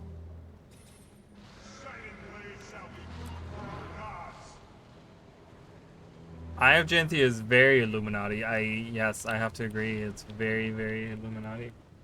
Elder Dragons, I mean, that's kind of what I was like hinting at. I don't know if it has anything to do with that, because the story of the Bloodstones has nothing to do with the, well, actually it doesn't have nothing to do with the Elder Dragons. I mean, it does have to do with the Seers kind of stealing magic. I mean, maybe it has to do with the Elder Dragons. I don't know. It could, but yeah, it's kind of weird, right? And we don't really get, like, when we look at the top pieces of the Bloodstone in Guild Wars 2, we don't really get the like writings. There's a little bit of writing here and there, but you know, I mean, this is probably the biggest chunk that has a lot of writing on it. But yeah, we don't really get all the swirlies and the thingies and the stuff. And there's these batteries around there. I think those are soul batteries, I think is what they're called, and they're like Mersat structures. So they don't have anything to do with the Bloodstone. And they're also like, if you kind of look, they're like a different color. They don't look the same. But yeah, so this is the Bloodstone, guys, in Guild Wars 1. And you kind of, you end up going all the way around. Again, Guild Wars 2 has this, I talked about this, where it's like in zigzag.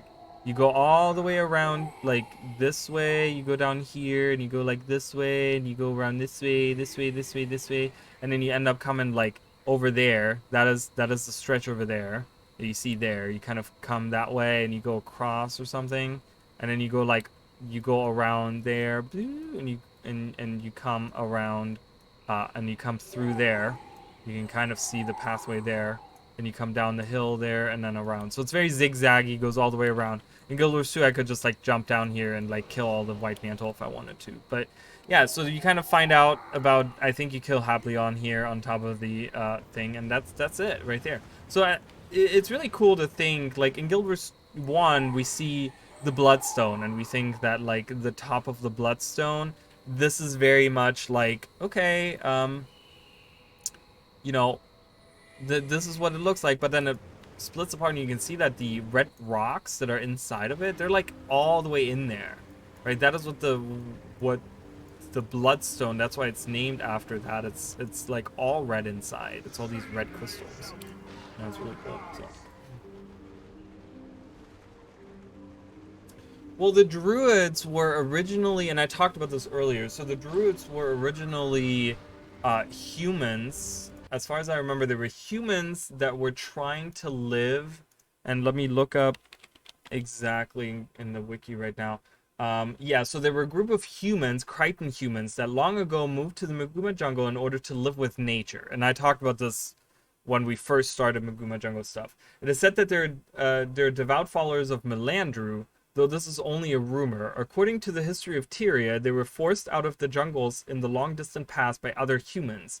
They were last seen by others sometime before 982 AE and mysteriously vanished decades before 1072 AE. Although generally believed to have been killed off by the jungle's predatory plants and animals, the Druids actually shed their physical bodies to become one with nature. The Druids now exist as spirits, appearing similar to Oakhearts. So they've become like these ghosts, these spirits that guide us, right? They didn't become Sylvari. I mean, they became spirits. They didn't become like, because Sylvari are like physical beings, and I think the Druids are supposed to be like spirits, right? Because we see the one we do see is I think we see a couple of them actually. We see a couple, and then they became Sylvari. I mean, kind of, right? They're like somewhat related. I mean, they're all like nature-y, but that's like saying like every human is the same. We're all like different a little bit, you know. We all have our own quirks and things. We do see one over here. I don't know if we can see it right now, but if you ever do this event right here, you'll actually see one of the druid spirits over here. and it kind of like wanders off or whatever. But they're like spirits. They were like, they're almost like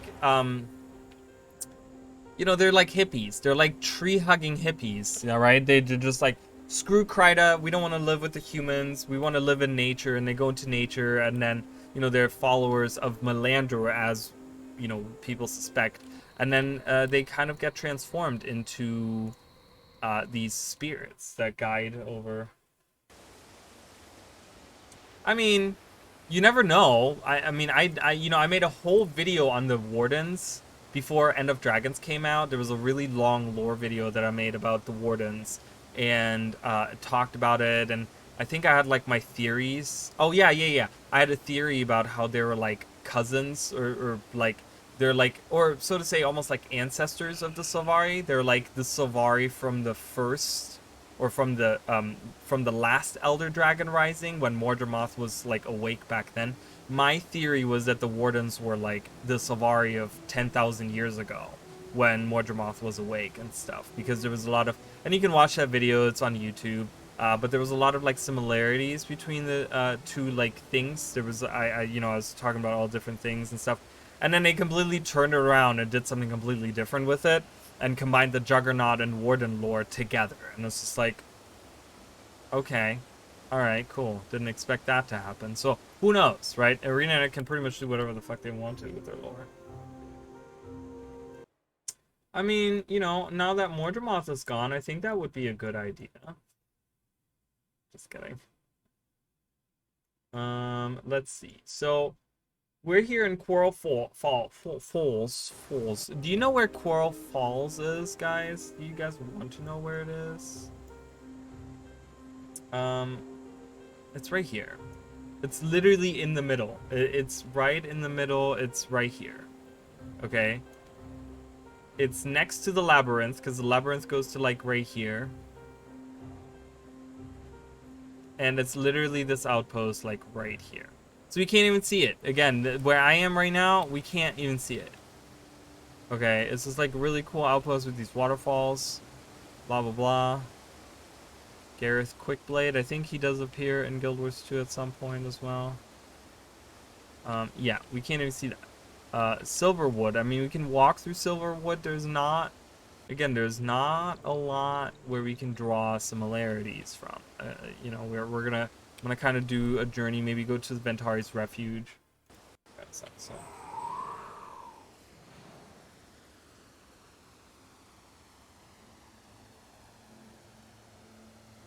Okay, do we know that the Elder Dragons had minions in past Wakings? You know, well, we don't know that, but why wouldn't they? You know, I mean, I feel like it's such a... They could have had... They couldn't... I mean, there could be the possibility of them not having minions, but, like, why wouldn't they have them? You know what I mean?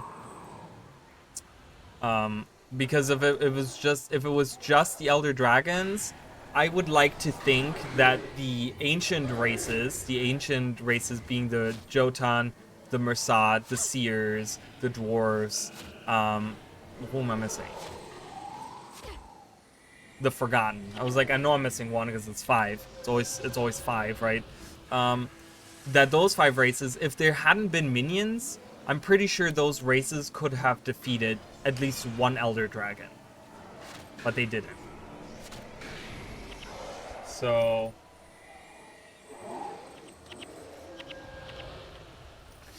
Skrit Quaggan? You guys are crazy. But you know what I mean? I feel like because they failed to defeat them, and I'm thinking that they didn't know anything about the Elder Dragons, and they were probably like overwhelmed with the minions and stuff. You know, that's how they defeat it. You know, I mean, there's other races. I'm talking about the 5 main races. There's always like 5 of the big, you know, the ancient races. Those were the 5 big ones: the dwarves, the Jotun, the Seers, the Mersad. And again, man, I want to know about the Seers so bad. I'm making a lore mystery bits video right now about the Seers, and man, I just can't wait, like, to see the Seers. Hear about them or something, find out about something about them, like anything at this point. Oh my god, just like give me something.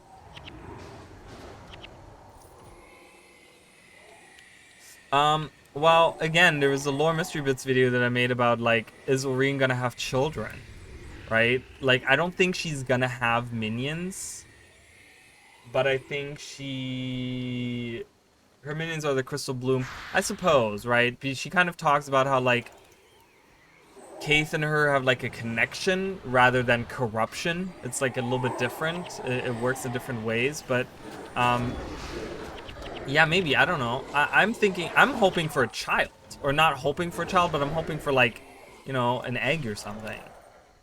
Not saying that I want more dragon stuff, guys. Don't kill me. Like, don't butcher me on, like, oh my god, Arali wants more dragon stuff. No, I don't. But I'm just saying I would love to see Oreen have a child. Like, that would be really cool to me.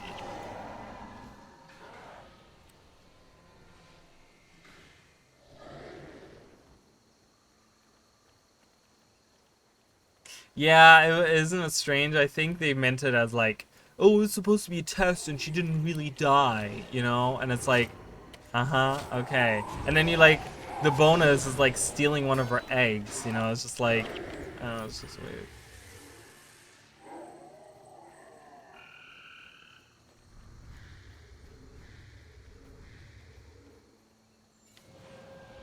I mean, yeah, and she could do that. I mean, Glint had like facets, right? That's where the whole like Herald idea comes from. But the facets are actually like physical things in Guild Wars 1 that you can find in the mission. In the mission in the Guild Wars 1 mission. I don't know why I was looking at Guild Wars 2. The Dragon Slayer, you actually have to face off against the facets. It's kind of like how you do in season 2. There's different facets, right? And Glint did that, where she split herself into like different facets. So maybe she'll do that. Maybe she'll do that. I don't know. Maybe at some point that'll happen. Who knows? Who knows? What's the fastest way to get there? Can I go this way? So we're moving like south of this. So again, this doesn't really line up because we're going like south and like none of this stuff right here is, this is like the Ettin's back, but you don't see anything. There's nothing similar and they kind of squeezed shit in. So again, it's kind of oh, bye. Thank you so much. I didn't even see. Have a good night. I appreciate it. Good night, chicken. Bye. Bye, chicken. Look at these big trees too. Again, that's kind of like you could say like, oh, this is when, 10,000 years ago when Mordramoth was awake, like maybe this was like a really big tree and there was a lot going on.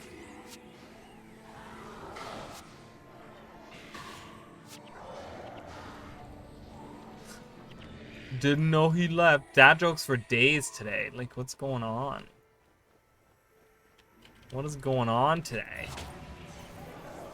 Dad jokes. I want to go to Ventari's Refuge. So we all know Ventari. There's some camps out here.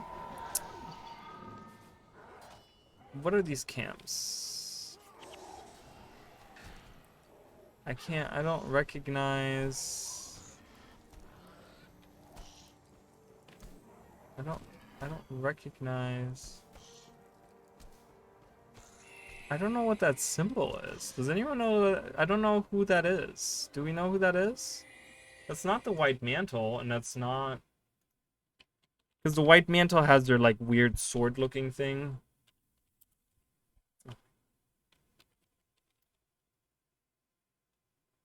White Mantle. Yeah, they're, like, weird sword with a little thingy on top. What's the... Ettin's back. Let's see. Maybe it has something on the wiki about this. Da, da, da, da, da.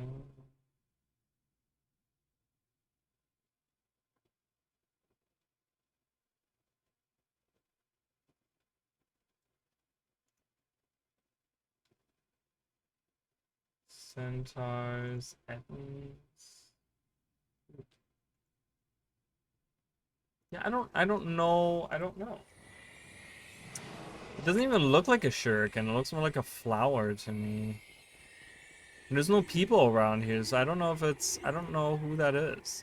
But yeah, there's a little camp out here. Some trees. Look at these vines too. This is definitely from when Mordramoth was awake 10,000 years ago. Like, they didn't plan for that, but look at this. This is like super viney and thorny, right? It's all dried out now, but this is definitely from when Mordramoth was awake. And then we go to this really big tree right there. And I'm just gonna teleport in there.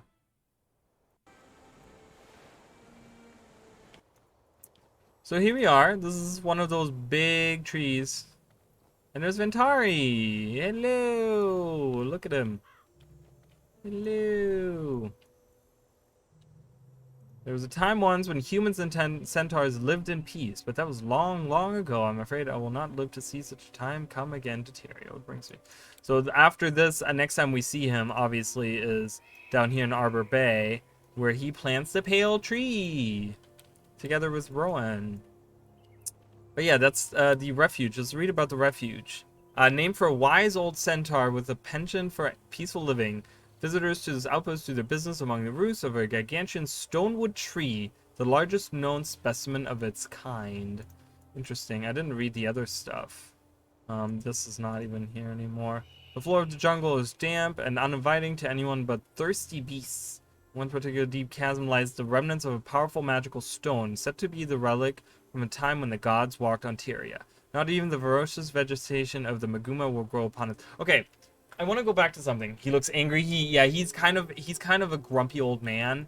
Like he's kind of pissed off that we actually get here, because he's like, oh, you guys are just bringing war. Like, you guys are humans. You guys are bringing war into my territory and blah blah blah, all this stuff. So I have a question for chat, for the few people that are here. How many pieces of the Maguuma, how many pieces of the Bloodstone are there? Does anyone know? And it's not really a trick question, but it's a little bit of a, I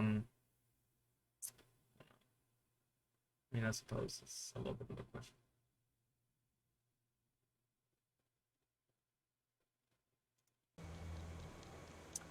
You're really funny. Yeah, of course there are all of them. No, so there's the majority of chunks of the big chunks of Bloodstone that we know of or whatever. There's 5 of them. 4 of which were the 4 schools of magic, which was aggression, destruction, preservation, and denial.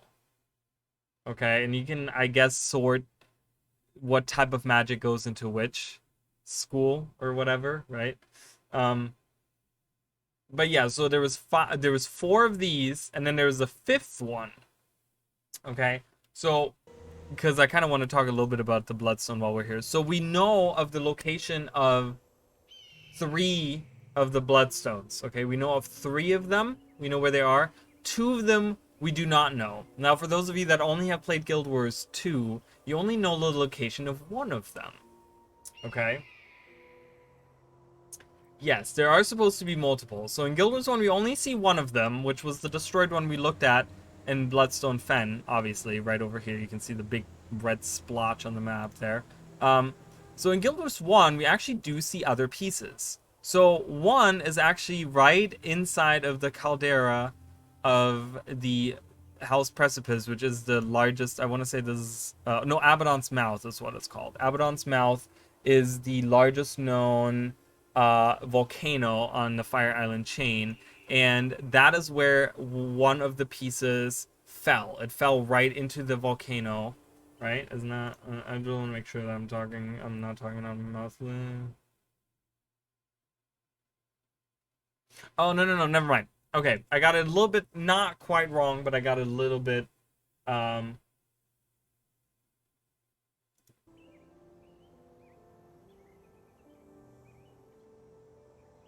what game is that?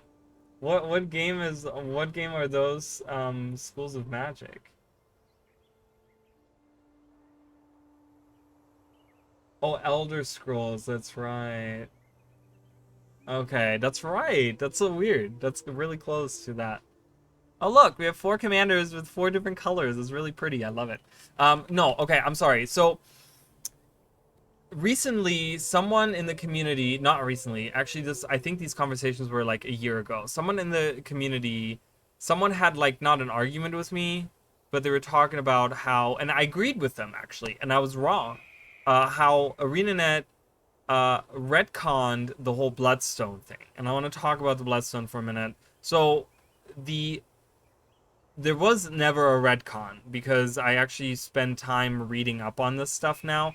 There was never a retcon, okay, about the stuff that with the Bloodstone. So originally, the Seers created the Bloodstone. They like put all of the like not dragon magic in the world into this Bloodstone. Okay, where was this located? Well, it was in the caldera of Abaddon's Mouth, which is the volcano. And that's where the Bloodstone was.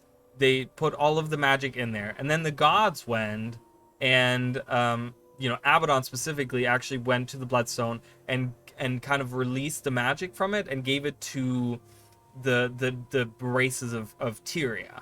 Okay, and that's when war broke out, blah blah blah blah blah. And then King Doric, who was the first king of the humans, actually traveled all the way to Ara, which in Guild Wars, in Guild Wars 2 we can see it, but in Guild Wars 1 we can't. Went to Ara and actually pleaded with the gods and said, please, please, please, like, do something. War, we're destroying each other over this magic situation. And what they did is they took his blood and they sealed the magic inside of the Bloodstone. Okay, they sealed the magic back in there or something like that. Let's read about it because it's instead of me making mistakes here. It doesn't even give you.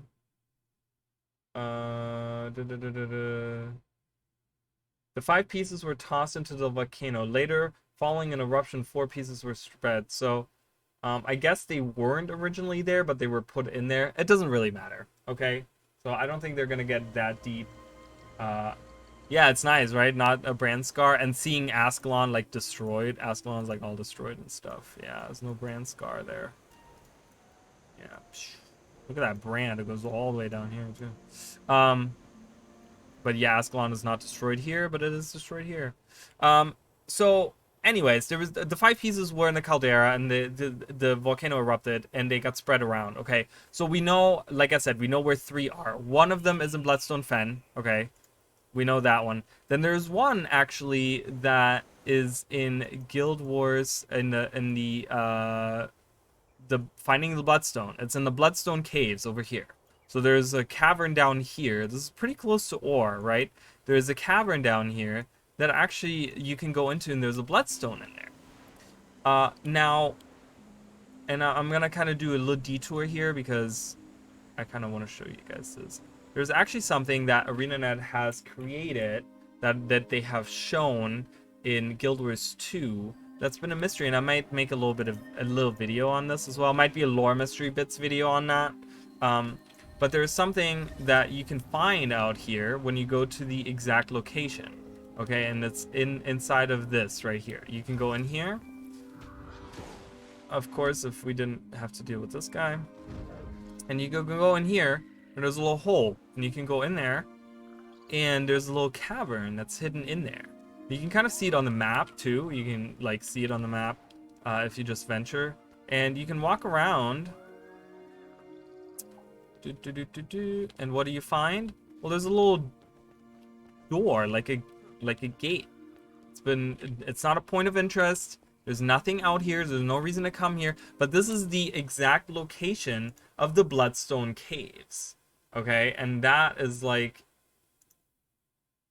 Let me look to make sure that that's exactly. I think it's exactly the location. Yeah, it is exactly the location of the Bloodstone Caves. So. There in here is another bloodstone, and pretty much there has been a door to another bloodstone, like probably in here, like down there or whatever, since the beginning, the release of Guild Wars 2.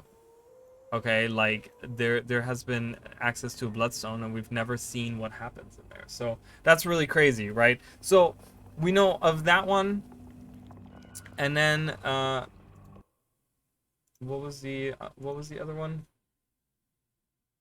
Oh, and then the One Piece stayed inside of the I think it's like somewhere, it's like right next to, I think it's right there. It's like right next to the caldera. It's like inside of the caldera of the volcano. There's one piece of bloodstone still in there.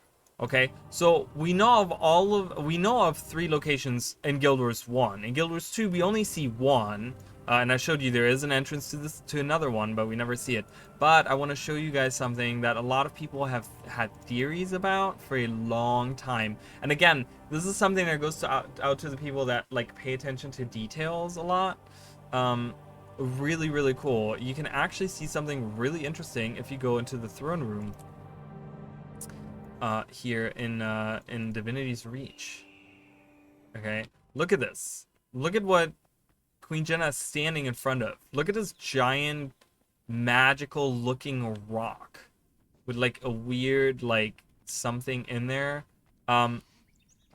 Is this part of the bloodstone? I mean, it doesn't. The symbols on there don't quite look like it's bloodstone, but people have like the theory of that's the keystone because there was 4, right? There's 4 for each of the her throne is a bloodstone. I mean, her actual throne isn't, but what's right behind her throne might be, because there was there's 4 pieces: aggression, destruction, preservation, and denial, and then 1 keystone. And a lot of people have theorized that this is the keystone, that they like, I don't know, they somehow transported this keystone, or they build Divinity's Reach around this keystone that they found. Maybe they found it out here on the cliffs, right? Because this is pretty much where the castle would be, like somewhere, somewhere up here, I think is where the, maybe even further north, I don't know, but it would be somewhere up here. Like maybe they found it, and that's where they built Divinity's Reach, like around Shaymore, because they found this keystone, and it's almost like a bloodstone, right? You never know. Like that's really cool. So I wanted to talk about the bloodstone a little bit and show you guys that there. So Ventari's Refuge, I don't think that's something that we can see in Guild Wars 1. Or Guild Wars 2, I mean. Let's see. Ventari's, yeah, so this is why I wanted to have the Gilded Hollow, because it's in the Gilded Hollow map, okay? Ventari's Refuge, the huge tree that you see, yeah, it's literally supposed to be right here. And again, you can't, I mean, we're inside anyways. We're not even outside. Oh my god. And it's supposed to be like right here. Okay, we're inside. I don't know if there's a way to actually get up there. But this is supposed to be where Ventari's Refuge is. Obviously, it's nothing like it. There's no callback. I don't think there's gonna be like, oh, Ventari's hanging out here or whatever, like, I don't know, right? So we kind of, whatever. Like, it's supposed to be like right here. So again, kind of, we can go to the location, but again, the location is very, very different. Which kind of sucks, but it is what it is. So we're making our long journey now. So we're kind of actually making our long journey now. In Guild Wars 1, it's really weird because we're going here now in Guild Wars 2, right? We're going to the falls and we're going to Balthazar's Rest. Like, those are important areas that I would like to go to. But we're journeying this way. We're literally going through all of these maps in, not in Guild Wars 2, but in Guild Wars 1 we're kind of doing that journey. So the maps were laid out a little bit differently. But yeah, so that's where the biggest specimen of these old trees. Again, this might be from Mordremoth. This might be like leftover. Mordremoth, had like all these trees that were growing here, and after 10,000 years, dried out and just got destroyed, and here they are. So Hember is another collector. I was trying to pay attention to some of the names. I don't know if we can maybe do that at a later point and kind of find some of these names. But yeah, so the Bloodstones is something that I think ArenaNet can kind of go back to. The Bloodstones is always, like in Guild Wars lore, always connected with like the White Mantle, but it's like, it's its own story. It has really originally nothing to do with the White Mantle. It doesn't even have anything to do with the Mersat. It has to do with the Seers, which is a whole different race that we don't actually get to see in Guild Wars 2. Like, that's who created those. That race created the Bloodstones. That has, yes, were they enemies of the Mersat? They were, but that has nothing to do with the Mersat themselves. You know, the Mursachas used that magic, I would say, right? That's kind of what they did. So, I'm gonna go here.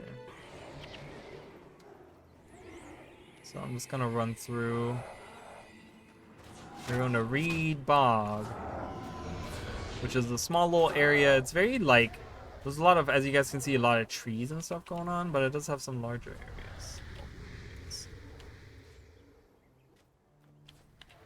Yeah, and again, this is not like super comparison because again, it's way different areas. So, but I do again. This looks like I'd like to imagine the humans that used to be like the druids that used to be humans that lived here. They lived in these houses. That's what I want to imagine. All these houses that we find throughout these are. I think there's some kind of lore somewhere that talks about the houses that they lived in are like all around or something. Look at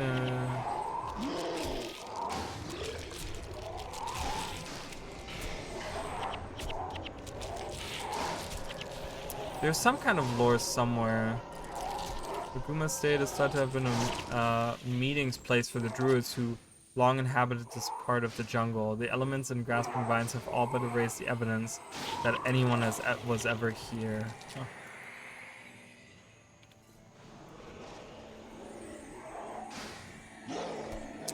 Again, we're facing jungle trolls, but I like to think that those were their like little outposts. Again, I could see this, you know, I made a video a while ago about what we could potentially see for like a fractal. And I didn't, like, this would be something else that I could totally see be a fractal. Like, do something in the Maguuma jungle that has to do with the druids. And you know, I mean, that would be so out there and so, like, they could do anything with it. You know what I mean? They could have, like, the druids struggling to, like, you know, not die in the jungle or something, you know, and they live in these houses and you can, like, you know, this is how you start. You start at, like, one of these houses and you have to go out and defeat some kind of predator out in the jungle, you know? Like, that would be really cool.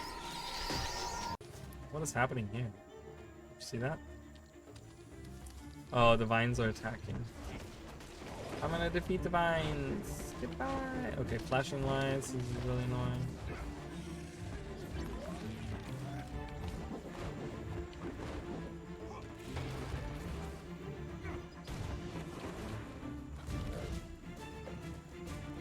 Of course, back then there was no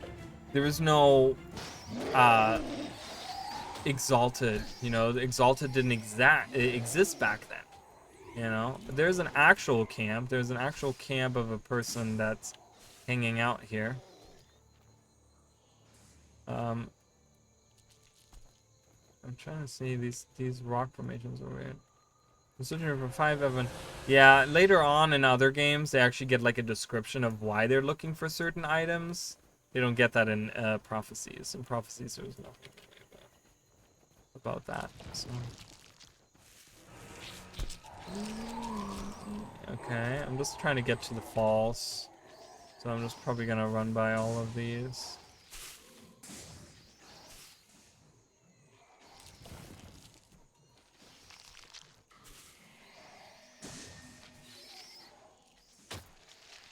Uh-oh. Uh-oh.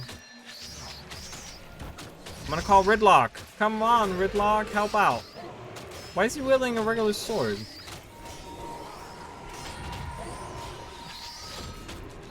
Oh, because he has a spell on him? I think it's because he's supposed to be wielding Sohathan. But, oh well. Oh well. Oh my god, okay, I'm just gonna go. I hate spiders. I hate them so much. Just let me go, please. The falls.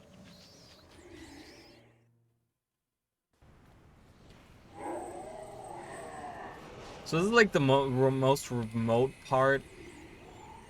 Yeah, it's like crazy.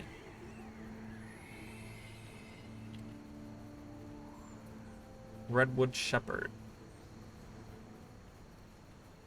It's the deepest part of the jungle you can go to. Let's look at the falls here. I want to see if we have anything really cool. The falls. Anything interesting?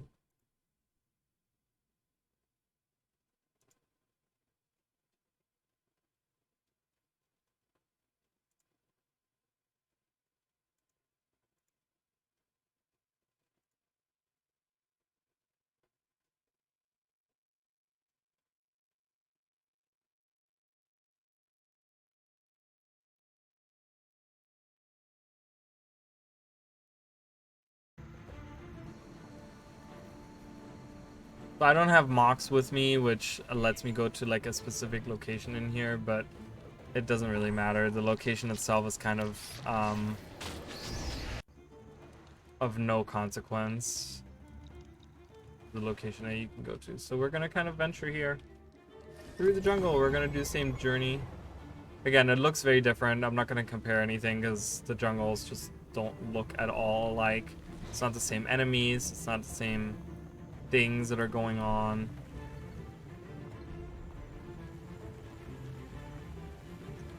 But I do want to go to right here. This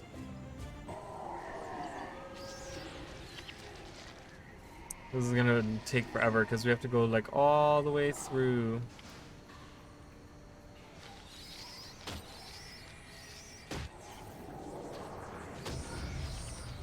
All the way through. We're gonna go into the deepest parts. Then we're gonna do some. We're gonna go to. I'm gonna go to Dry Top, and we'll do some Tangled Root as well. And see if there's anything interesting in Tangled Root. Let's see. Oops.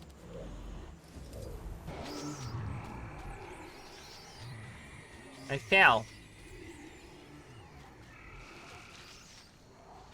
Let's let the spirits deal with them. It's fine.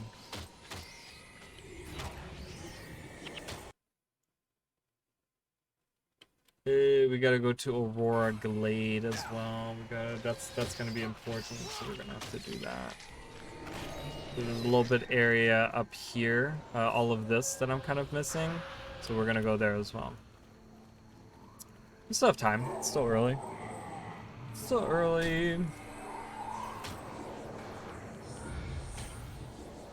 And then I might, like I said, I might do an impromptu stream this week sometime. Not sure about what. I don't know if I'm gonna do some random season 1 stuff or I don't know. Some random stuff maybe. Unless someone has like some genius idea about what I should do.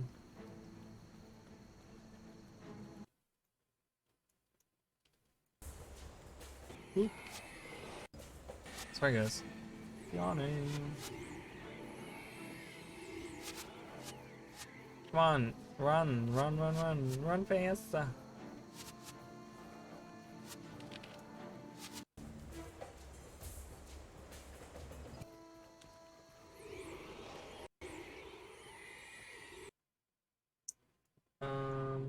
Yeah, even Maguuma State, like you guys can kind of see like Maguuma State or whatever. It's like north of Radassoon. When you look on the map here, north of Radassoon, it's like, yeah, it's supposed to be, it's literally like up here. Yeah, it's literally right here. So again, it's an area that you can't actually go to. So like all of this area or whatever. Hey, here's some these guys.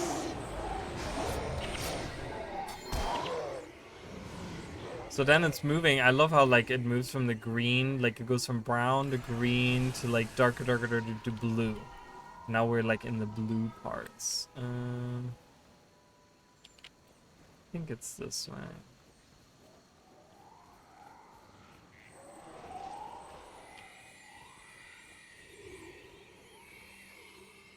This far out is a little caravan. Look at that. Look at how far away this guy is. All by himself. Oh, he's White Mantle, too.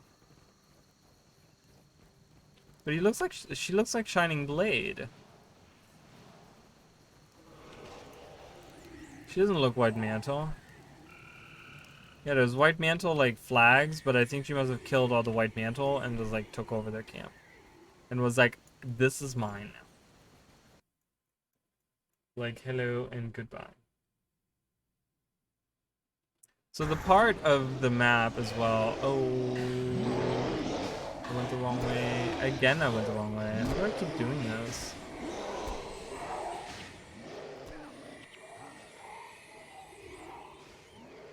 Because I'm a silly goose.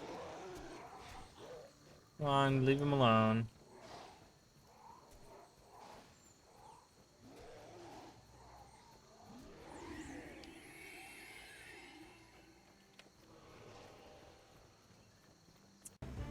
Yeah, so the part that I'm kind of walking through right now is like down here. Again, looks nothing like it. If you guys have ever been in that area, we can kind of look through it. I mean, it looks literally nothing like it.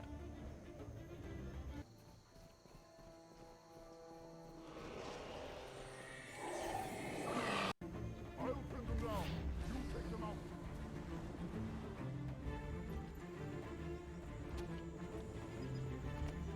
Oh my god. Let me go through you.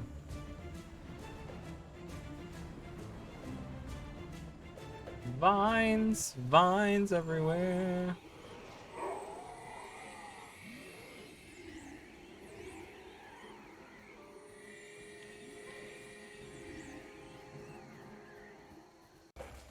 Uh-oh.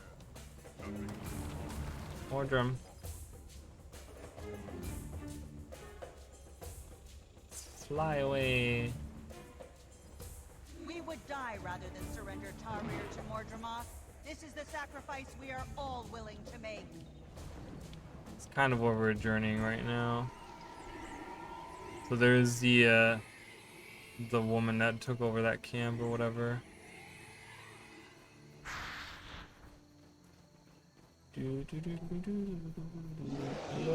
Look, guys, look. Do you see what I see?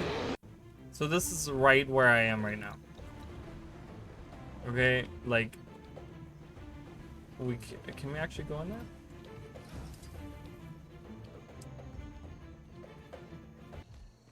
So look at this. This is what this is. Look at the weird like structures and stuff. Like, that's really cool, isn't it? And then that's the statue of Balthazar down there. Again, a Shining Blade person. And this is where the statue was. Inside of this weird, like, rocky temple. And of course, like any other, for weeks, yeah, and you can read the scriptures again. These are scriptures of Balthazar. And you can kneel as always, and you can talk to one of the avatars. Champion of Balthazar. Courage. Got a morale boost. And some money. Get some health and stuff. But yeah, there you go. That's the, you know, obviously I don't really, you know, we go in, and then that's the statue of Balthazar right there. Oh my god. Right there. And it still has the, like, craggy, rocky looking stuff. Ow. Oh, I'm gonna die. But yeah, so this is where, you know, the death trap is. That's pretty much the same, right? Isn't it?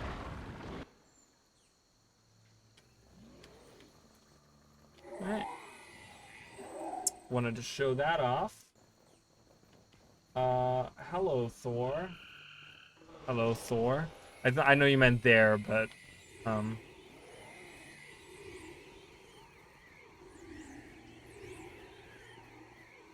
there's a mob, really, in Guild Wars 1 that drops Ectos? Which mob drops Ectos in the Maguuma jungle? I did not know that. That's a really cool fact. That's a really cool, like, little tidbit. I didn't know that.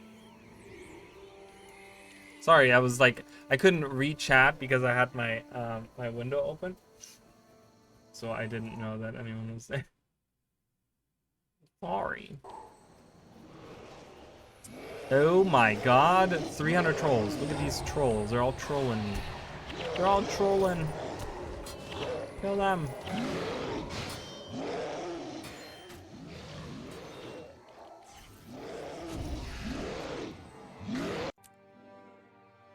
Am I still dead if I move maps? Yes.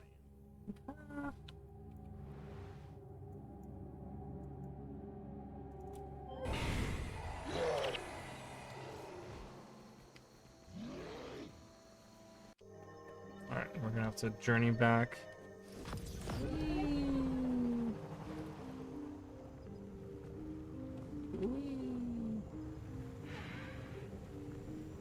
Pocket rip the spot pocket. Whoa. They're like, you're not coming this way. I mean, I am coming this way, but you're not gonna survive coming this way.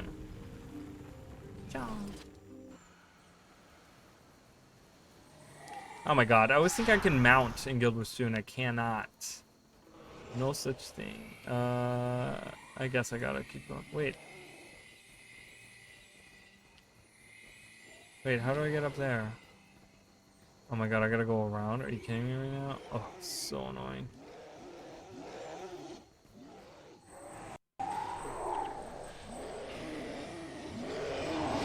How are you, Danny, by the way? How are you doing? Have you gone back into the game at all yet? If you're still there. I know I ignore you guys sometimes and I'm sorry. I don't mean to. I don't mean to. I want to talk to all of you guys. I don't want to just be the one.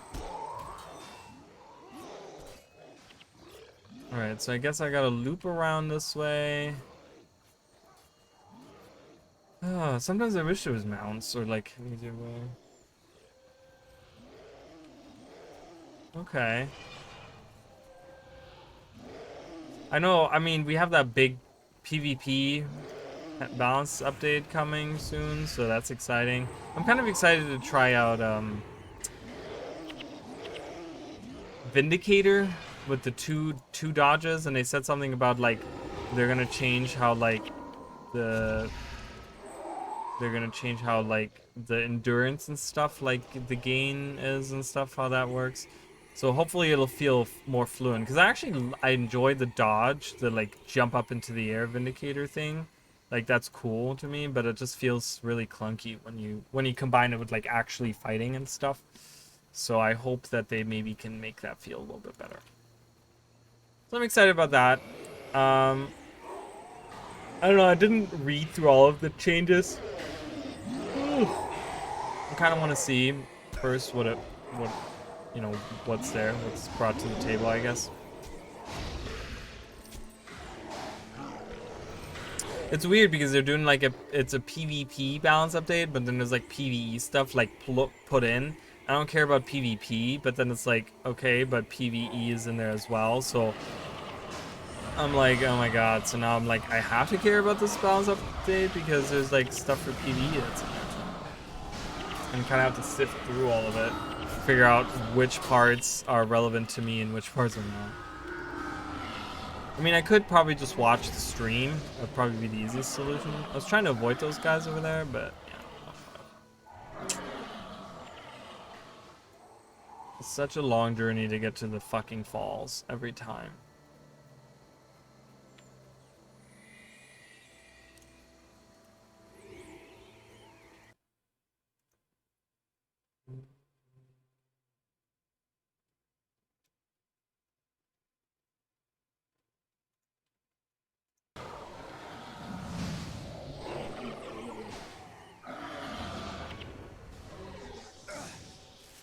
Freaking behemoth.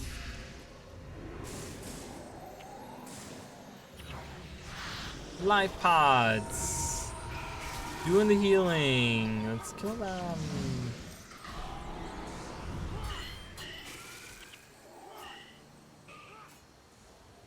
Alright, come on, friends. Let's go. Hurry up.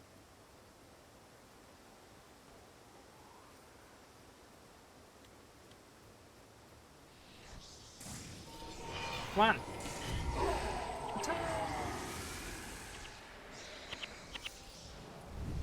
Yeah, I don't know how long, you know, this, I mean, the stream is so far almost 2.5 hours. So I don't, I know there's more stuff that I'm going to show you guys, but I don't think I'm going to do like a full 5 hours or something. We'll see. I don't know. We'll see. I don't know. Maybe I'll do this part that I kind of left out last time. Like up here, this part. We'll do like Maguuma and like little bits of parts, little bits and parts in there. Oh, we're finally here. We've made it. And there's wind riders everywhere, which is not good. Because these guys can be dangerous.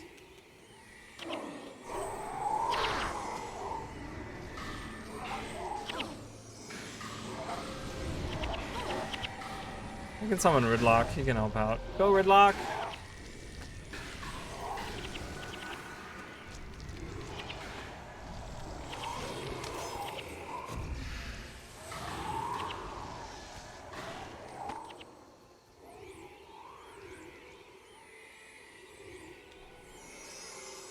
Alright, here we are. It's the falls. So the whole area is named after these falls right here. And then if you have like mocks with you, you can actually go into like the secret lair or whatever. But this is where, you know, this is the same area right here. Right here, you guys can see the falls, you know, look almost the same, right? I mean, there's that weird tree in the back and there's that same tree there. So, has that same weird like rock formation that you can stand on. Looks pretty much like that, right? So, that's it. It's a lot deeper in Guild Wars 2. Maybe the water has like gone down a little or whatever. You know, because you could say like this right there is maybe this part right there. And that's how high the water was originally. So, but yeah, there you go. That's the falls. Yay! You get to see the falls. Like I said, there's just a secret like lab that is supposed to be behind there. But I don't think we're ever gonna see that. I don't think that's ever gonna play into anything. I mean, it's supposed to be the secret lab where the thingy, let me see. Is that where the thing is? Again, it wouldn't look anything like that. They might have done a reference to it. Gridlock in Guild Wars 1. Yes. They added an item. This is, I think, like, I don't know when they released it. A few years ago for Guild Wars 1, where you can summon a Legionnaire. This is before he was a Tribune. This is a Legionnaire. And he's supposed to wield Sohathan. Right? But this is clearly Ridlock. Like, you can see this clearly what Ridlock looks like. So, and he kind of joins you, and he is, he actually is pretty good as, like, a little helper. He does pretty well.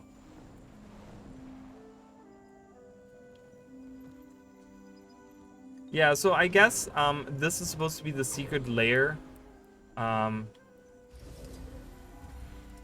behind the waterfall. So we know that there's, like, golems here, and there's, like, all this stuff going on, right? And we have this, like, jumping puzzly part. This looks very different from its Guild Wars 1 counterpart, okay? But this is supposed to be behind the falls. As you guys can see, this is the falls right over here, and then behind it is a secret lair, which there is a secret lair in Guild Wars 1 as well. But it looks very different, and it's just like a little, like a side thing that you can do. There's like a side mission that you can do. Where you go and you do, you know, Mox. We know about Mox. Mox was one of the characters that you can get in Guild Wars 2. He's a character in Guild Wars 3, and you can go there and you can go into the thing or whatever. There's Jaden Fletcher. Remember Jaden Fletcher? She was one of the ghosts that we could see in Hidden Lake. They butchered the underworld. I agree. I mean, the Tomb of the Primeval Kings, yeah, you know, they kind of, I don't know, places like that, Arena that just kind of uses as like, oh, look, let's do funny, cool reference. But then it's like people actually want like good content and like really cool stuff in it. And yeah, they don't do that. But So there's Jaden Fletcher. She looks, wow, you can see her underwear. That's okay. Well, did you guys, yeah, look at that. We can see her underwear. So this is her right here. So she's looking for ancient eyes. I can offer you one of the following items. Okay, so we can talk to underwear lady over here. Greetings. And she'll say, "Where's my husband? His name is Aaron. I can't find him. I don't know where. I can't remember where I am from. Help me, please. Did you come from Majesty's Rest? Perhaps." Blah, blah, blah, blah. So we know that we're in Ventari's Refuge, right? This is for Guild Wars 1 players again. So does Ventari's Refuge ring anybody else? Yes. Wait, I remember. Yes, it was. But I don't see. I must know. What was I doing there? Well, you were a collector trading trophies for goods, which she is. She's a collector trading trophies for goods. That's it. My husband and I both traded in ancient eyes. Wait, I sense him. He's close. Oh, thank you for helping me. So her husband being the other Fletcher, who is down here? Is that the other Fletcher? Yeah, that's Aaron right there. We're looking for eyes. Yes, it was eyes. Windrider eyes. That's right. Ancient eyes. I found. Thank you. Yeah, I don't know where Aaron is. So we see Jaden here, but I don't know where. I don't know where Aaron is. He's probably a collector out somewhere around. Out this way somewhere. Yeah,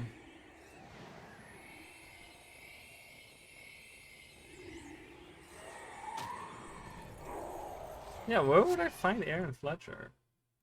Like, that's weird to think that he's so far away from his wife.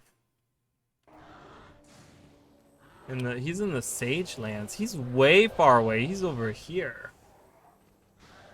Wow.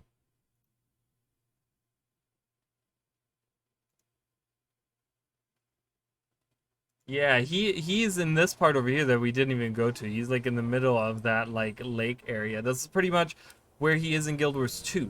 He's kind of in the same location that he was found in Guild Wars 2 as where he is in Guild Wars 1. And then his wife was like way down here though. That's crazy. So that's another one of those. Again, I'm gonna keep. So we found Elvin Kirby. Robin Niels. I don't know who that is. I haven't found him yet. I know there's other NPCs around. There's a person there. I gotta go this way. Hember. I don't know if Hember is around. This is Masray the Exile. Didn't we see that person, Masray the Exile, in Guild Wars 2 somewhere? I think we found Masray somewhere. So there's a jungly part here down there that we can't actually go to it. It's like way down there.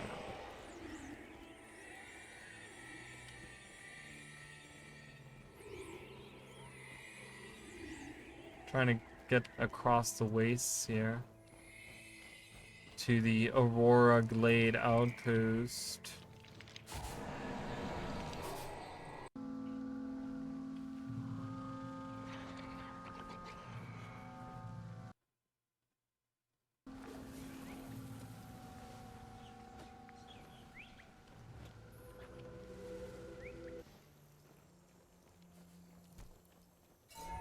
They say you can find his graves. I guess their graves are around here. I know we can find their dead or not their dead bodies, but their ghosts. Their dead bodies. That would be really funny. Is it? Well, I'm glad you're enjoying it. I'm glad. I know everyone's like, chat is like kind of quiet, but I hope you guys are enjoying this stuff. I know this is like slow going because I have to like venture everywhere in Guild Wars 1 in order to find stuff. Okay, I'm gonna have to fight here because. But yeah, I'm glad that you guys are enjoying this. So, where are we right now? So, Ventari's Refuge. What did I say it was? It was like over here. That's Ventari's Refuge. So we're kind of like journeying pretty much across what that area used to be. You know, part of Eden's Back or whatever. But it looks, again, I mean, it looks like a wasteland. You know, this area right here. But again, this is like not at all the same. So kind of this is where we're journeying right now. You can kind of look around, you see all those trees. That's Ventari's Refuge. Remember, that's the biggest tree, is Ventari's Refuge.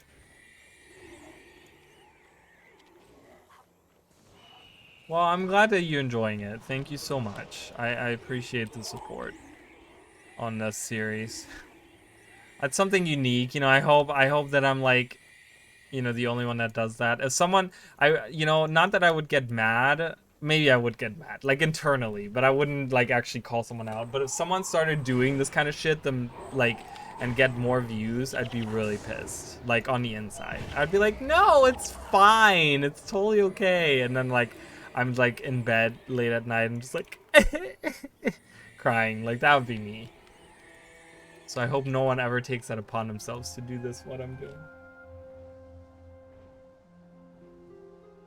I just paid for a run. Yeah, Maguuma Jungle is one of those areas, right? It's just, the missions are really annoying because you have to go through all this, like, windy crap, and it's just really annoying. So, there's Snakebite. I'm not gonna stop. We're gonna keep going. Keep running here. There should be an outpost somewhere around here. Hello?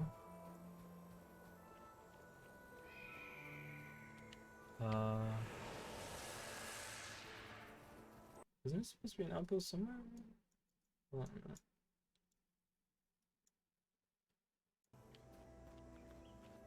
This way? Oh god. What in the hell? Okay, I see a shrine. Shrine is always a good sign. More little houses. Another dried up Mordremoth tree. I kind of loved, you know, they never talked about that, and they never really, like, I don't know, made that connection, but like to me, that's really what it is. Like, it's thorny looking trees and vines and stuff, and that's like, you know, 10,000 years ago, that was Mordremoth. Whoa.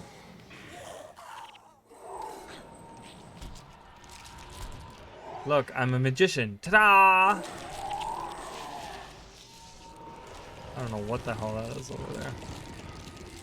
Oh my god, what the hell? They're just coming everywhere. Like the fucking moss scarabs. Get out of here.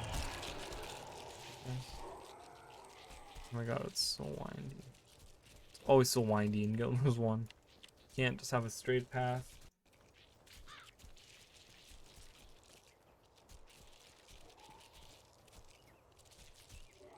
Yeah, I agree. It was really cool. I used to run stuff. Oh, okay, we're here.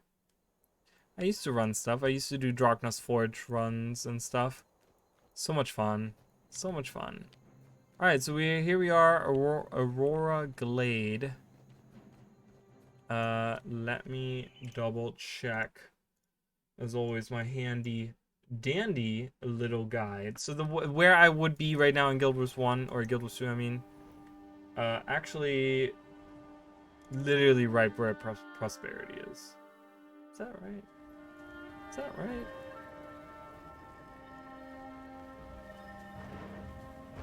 Prosperity is right there. It's literally right next to Prosperity. So, leave me alone. So, as you guys can see, there's nothing really there. I mean, there's the, you know, the refuge, the restoration refuge right there. But this is pretty much where I am, kind of like right now. I want to get to actual camp part. Show you guys around the corner. There we go. Elder Gretchen.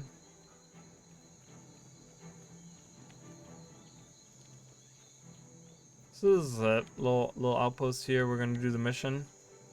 Because this is for the Ventari's, not Ventari's, the Henge of Denravi.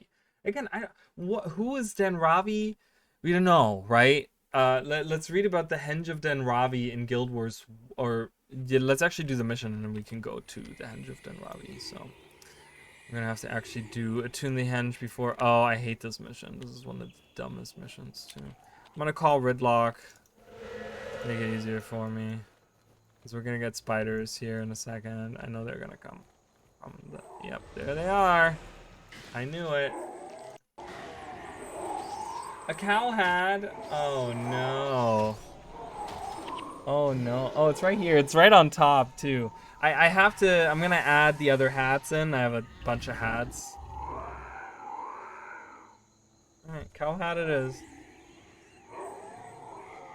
More bull hat. It's not really cow hat. There it is. It's kind of crooked, isn't it? Whatever. It's because my head is crooked. I don't care. I did see that. I haven't been in Temtem like since then. Since I last played on stream, actually. I think there was like one time for like 30 minutes that I went back into the game or whatever. Have you played it? I know it's a cool hat, isn't it? It's a nice hat.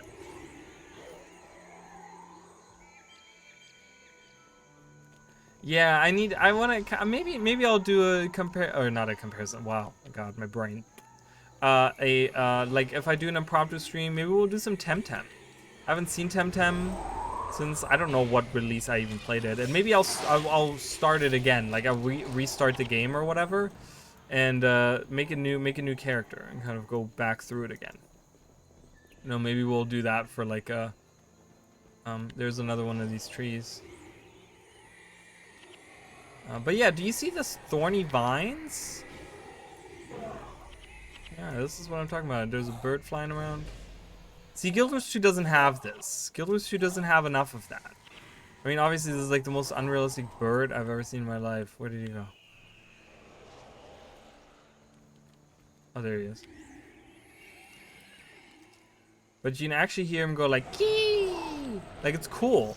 There's not a lot, in Guild Wars 2, there's not a lot that they do with, like, in the air. Like, it'd be really cool to have, I don't know, things flying around or something.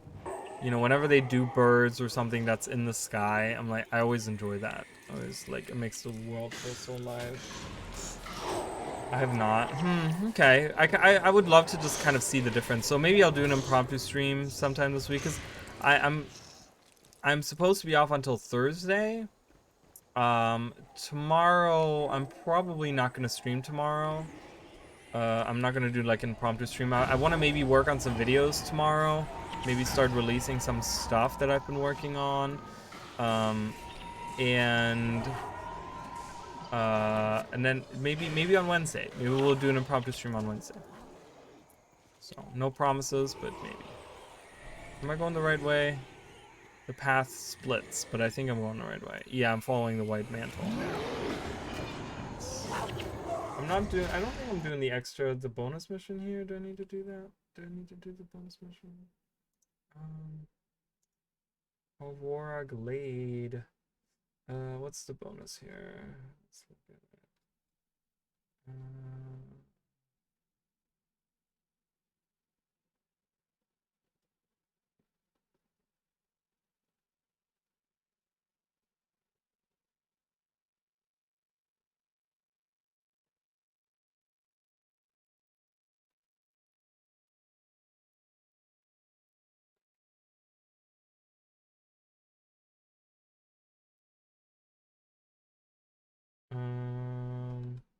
Sorry, I'm just reading about the bonus. It's something about the demo. You have to like kill the boss in the camp or something. Isn't that what you have to do?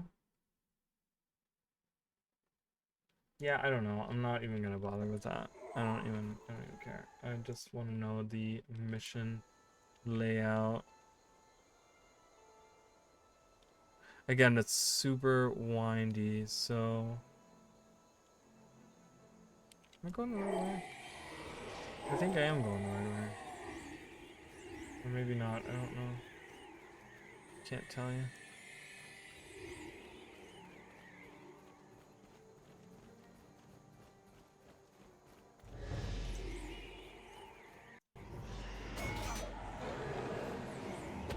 I got a YouTube ad?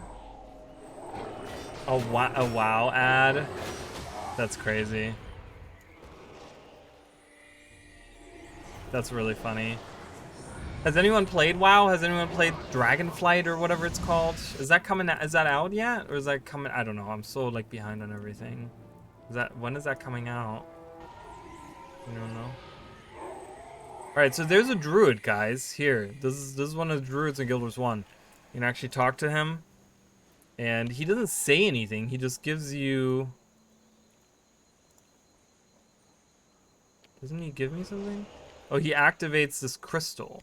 So you have this like little symbol on the ground, which you will kind of actually, this is actually really cool because I just learned something. I just learned something. I always love when I learn things about Guild Wars.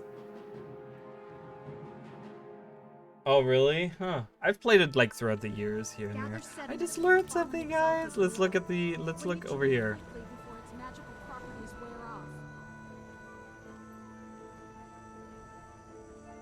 I think, can we see it here? Has to be cleansed, doesn't it? You can kind of see it. Do you see that on the ground there? There's that symbol. You guys, if you know, I don't know, the ones that are on YouTube, I guess, that are watching this after fact, you can go back to this area right there. It has the same symbol. There's that symbol. This is like, I don't know if it's the symbol of the druids or something, some kind of like weird mark. Once you purify this font, like once you do that, this becomes shiny. So we're gonna kind of leave this here. Maybe maybe people are gonna do some of these you know, while we're doing these missions, you know, we can maybe have someone do that quest or something, and we have to bring it to the pedestal. But yeah, so you guys saw that symbol, keep that in mind. Maybe we'll see it, and then that opens up what? This path? I guess it opens up this path.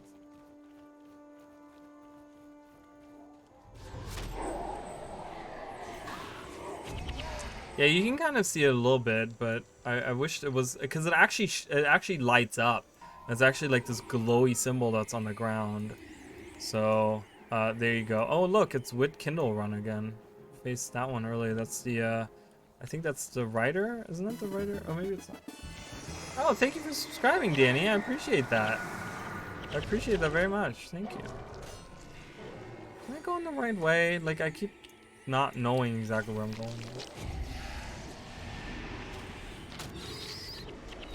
But yeah, so it's little details. Again, ArenaNet doesn't talk about that symbol, or like no one has ever talked about it. But it's, and this is a dead end. Great, I'm in the wrong way. What is the right way? I have the map out. I should know. Go to the right. Oh yeah, it's to the right. Okay, there's nothing to the left, but there's there we go. See these winding, weird, small pathways? Get me lost, bro. They just get me lost. But I do appreciate that. Thank you so much for subscribing. I really, really, really, really appreciate it. It's really nice, you know? I don't know. It's just nice being affiliate again and stuff, so.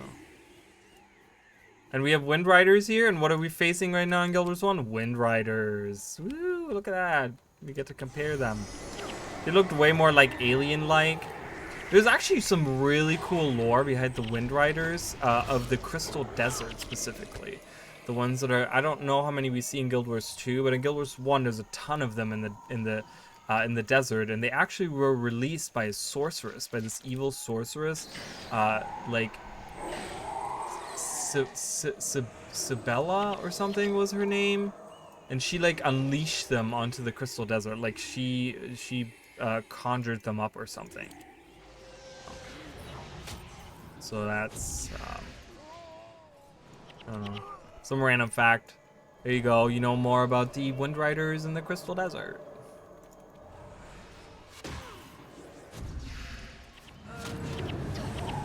Spill Stenter? Who's that? What game is that?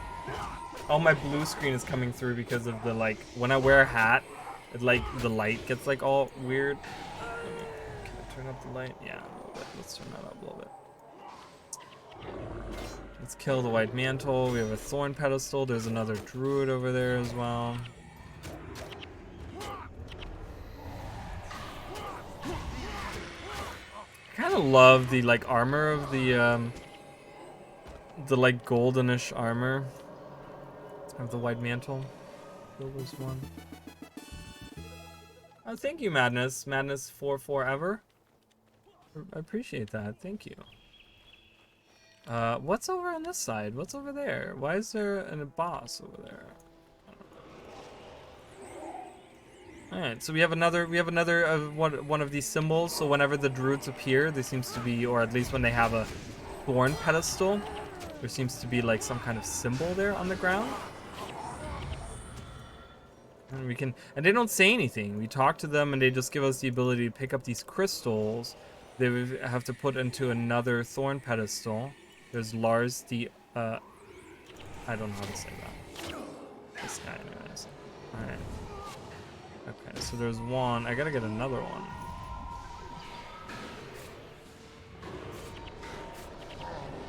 Attuned both. Oh, that's down here. Oh, there we go, down there. Less longbow. Less longbow, I think. Wait a minute. Isn't less longbow?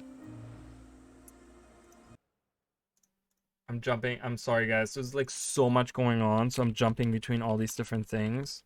And my brain's like, shutting down, cannot comprehend. Okay, so remember less longbow, okay? Remember this guy? Just remember him, okay?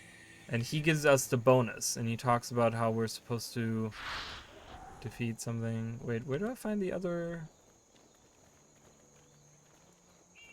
You must know the White Mantle are led by a wicked evil man. He's their champion. They call him the Demagogue. He drives the mantle forward. They will do anything he asks. Okay, so this is, remember this guy that I saw around the corner? That's this guy right here that I killed. I don't know. Again, we get this weird structures. There's nothing here.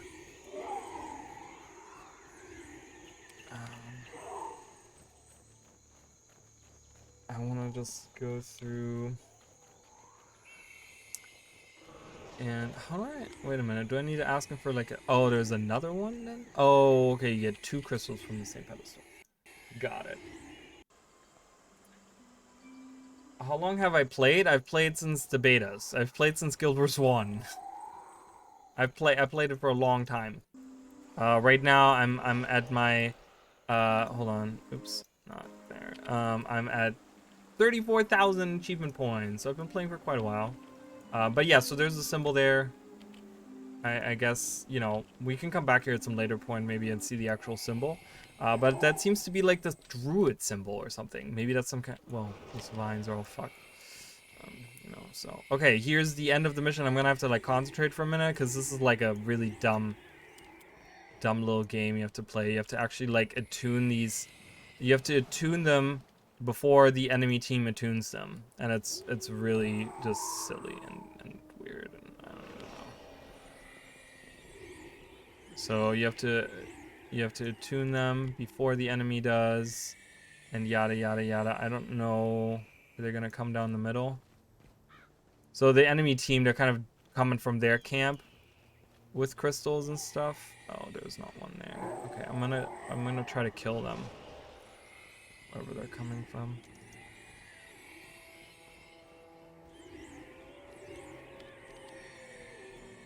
Okay, they're going to the other side. They're moving around. All right, let's kill them. Go! He's carrying the crystal. Get him! He's dead. So then they get a new crystal, and then they have to bring that. And they have to get a new crystal carrier, pretty much, and we have to get it. And we have to get all these before they get it. Their color is red, mine's blue, and I just need one more, and I win. I'm pretty sure. And Ridlock is just like killing that seeker over there. No! Oh god, they're gonna get there before I can get there. Whoopsie. That's okay. I'm just gonna, what I'm gonna do here. Yeah, they stole it, I know. Come on, Ridlock. What are you doing over there? Fucker. Alright, get in here. Boom. Okay, what I'm gonna do is now, I'm gonna place these guys here. And we're gonna go by ourselves. Because they're gonna probably try to go for this other one, for this one right now that I just took. And hopefully my friends will be able to kill them before they can do that. I don't like this mission because it's just like really annoying.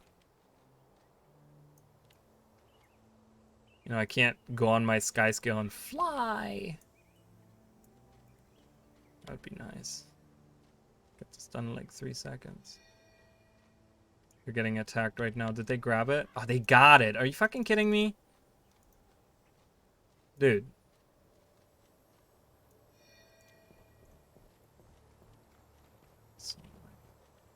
Come on.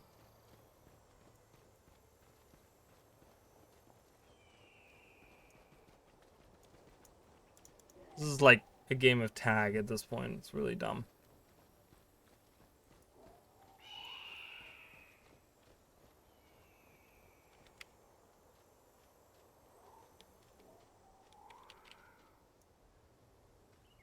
Okay, and there's a knight just hanging out over there. Awesome.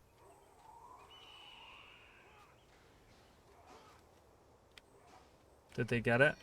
Oh, they got it. Why is my team so bad right now? What is even happening? Maybe I need to wait until they come for this one. I don't know. This is really dumb. I'm not okay with this right now. And then I got this fucker over here.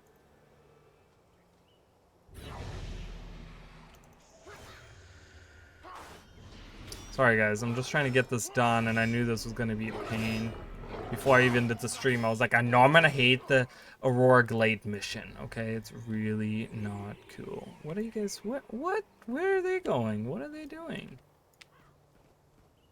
Alright, I'm going to kill them.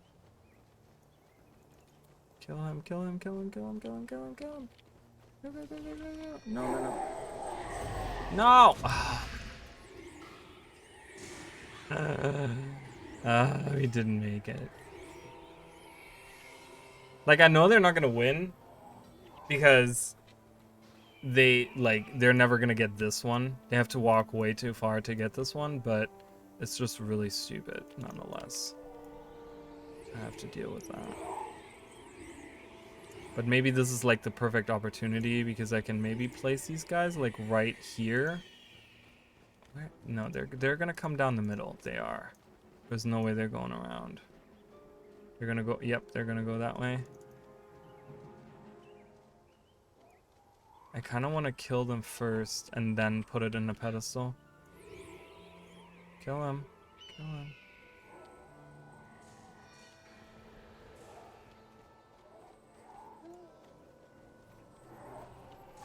That's the crystal bearer. Get him. What are you guys doing? Fuckers. Jesus, so dumb. Come on. Give me speed boost. No? There we go.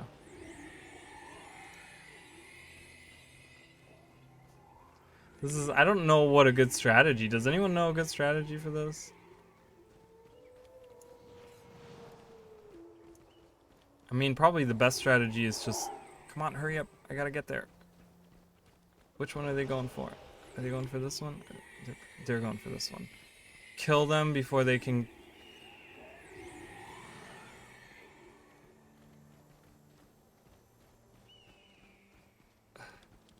That's the bonus mission. You have to kill that guy. He's like the leader or whatever. Okay, are they gonna come...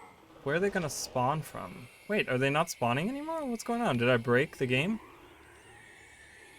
Or are they just like being nice? Okay, apparently, I don't know. Yeah, I mean, that's kind of like the setup that I have. Okay, I don't think I won. Yeah, I won, guys. Yay, awesome. And then we go into the middle. We activate the portal. So this crystal activates.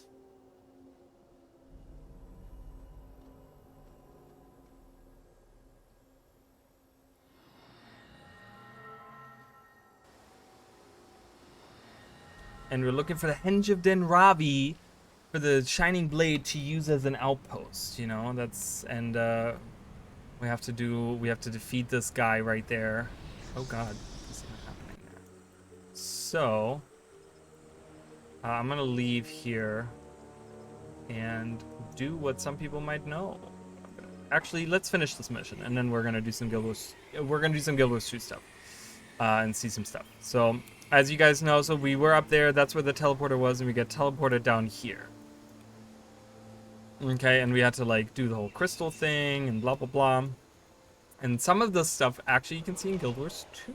Or yeah, you can see it in Guild Wars 2. All right. Shot Storm Singer. Sing us a storm. You're the piano man. I don't know, my brain's dumb. That's the stuff that happens in my brain on a daily basis. I'm like, what? What is even happening? Like, I don't even know myself. And that's usually too late by the time stuff comes out of my mouth. Die, please. Thank you, Jesus. Yeah, so this is currently my setup that I have here. If you guys want to see my setup. Yeah, I have an ineptitude mesmer. People might like super judge me on that. I don't care.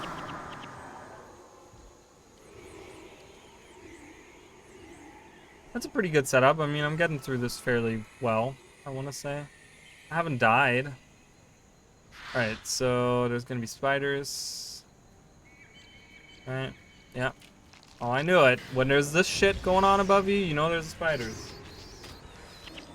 Yeah, I know. Panic is better.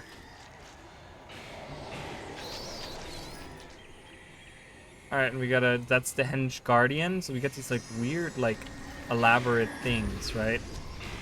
So, I want you guys... I didn't even talk about this earlier, right here. The Fountain of Maguuma. Okay, let's actually do that. Let's actually move to... I want to kind of do a couple things here. I don't know. It works for me. I don't usually... Okay, why are we attacking? I didn't want to attack yet. That's okay. Alright, so you can actually find that same... Isn't it right where the water... Is it on the waterfall? Is it where the waterfall is? Or is it where the other waterfall is?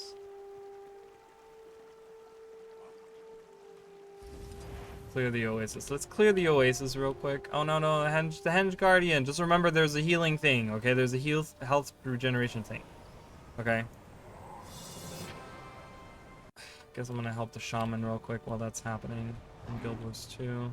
Or in Guild Wars 1, I mean. Make this moment your own. So now we found the henge that they're using as a hideout or whatever. Shifting sands, this traveler begs your eternal power. Well done. Thank you. We're moving between the Now two. we have a safe Keep place up. in which to strike back at the White Mantle. Today, the tides have been turned. Come on. We'll Ask respectfully that you return to the winds, that we may drink. Oh, someone is doing the mission. Fantastic. Someone's doing the event for me. A new chapter now lies open for Tyria. Okay, so we don't need to hear Glenn talking. It's kind of creepy, actually, the way she talks. Yeah, so we're in the Henge of Denravi. So we had to do the whole crystal thing. There's Shadow, Magi Ket. Okay, that's the weird name. There's the little fountain thingy. This is the Henge of Denravi. I don't know what... They make such a big deal out of it. It's this hidden area, I guess, that's supposed to be on top of these waterfalls. There's a boat over there. Of course, there's like a ton of water around. There's a lake over here. I love this little boat. It looks like a jungle cruise boat. Okay, we have like a lake there. Okay, so they restored the thing. So, was it this waterfall or was it the other waterfall? I know it was like under one of these waterfalls. You could get the effect of the healing, which again is a callback. I mean, you only get it when you're under that waterfall, so it's just kind of like, okay, what's the point? There really isn't a point. It's just a callback. I think it's when you, isn't it when you go into one of these waterfalls or something? Did I have that wrong? Did they like deactivate that? These are the mending waters, so that's kind of the effect that you get when you're in there. It's called the mending waters. But there isn't there the, don't you get the effect somewhere, guys? Did I have that wrong? Did you get like some kind of effect on you? I was so sure it was there. What was in some of these waters? These weird waterfalls. Oh. You have to stand like inside of the waterfall, and it's kind of like, okay, what's the point of having that? Maybe up here? Huh. Maybe I'm wrong. I could have sworn there was something there. Well, if anyone ever sees that, let me know. Well, there's the vine seed flowers, so that's the, you know, you can get a vine seed here. Not like we need to do anything with that, but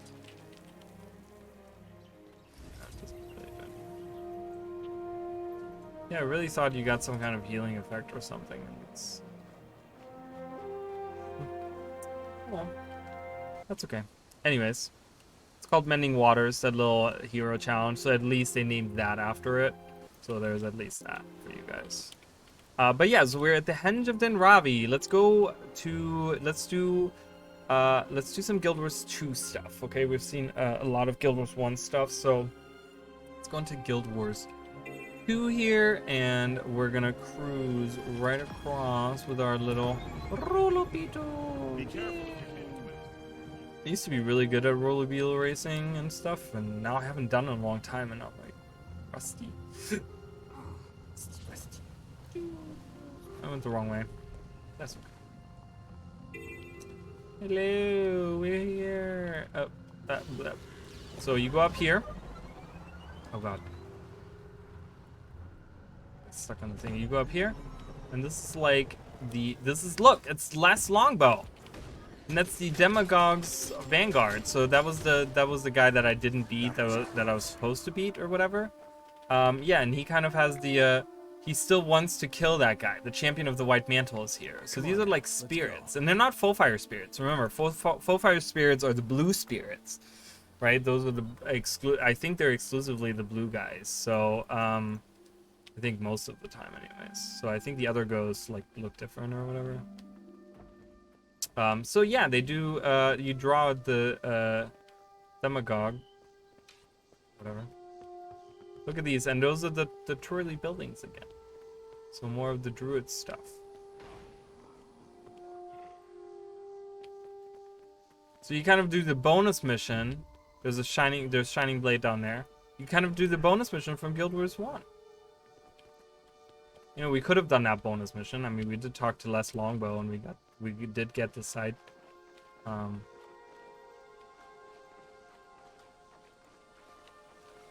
What is down there? Oh, I think we're not going there yet. Oh, look, White Mantle. White Mantle. Do you have a moment? What can I do? Yes. For What do you need? The Venomous Spirit is closed, but I need a rune crystal to open the way to him. Okay. How do I get a rune crystal? Find the crystal runner. Okay, so kind of what we just did in Guild Wars 1, right? They did this whole area was like a callback to Guild Wars 1 with the little events and stuff that are happening. So we have to find the crystal runner, which is over here, to go across these mushrooms, which is much cool. Oh, look at that.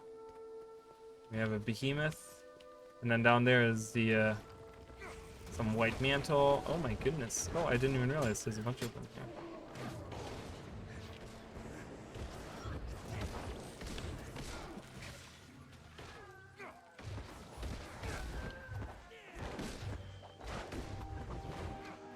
All right.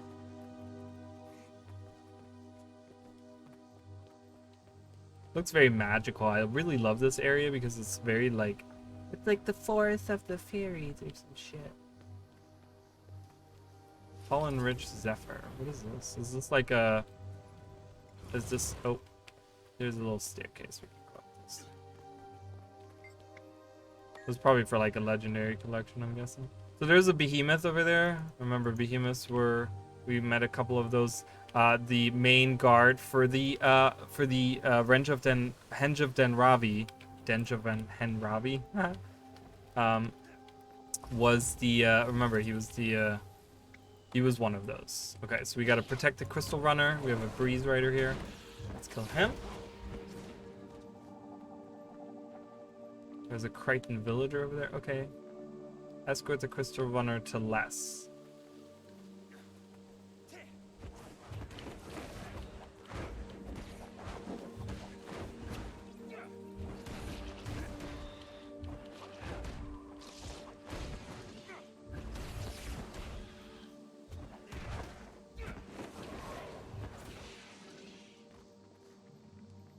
Come on. Do your thing, lady. I guess she's holding a crystal. I don't know. Can't really tell. Yeah, she's holding something. Oh, great. Now we got jungle worms to deal with. My fave.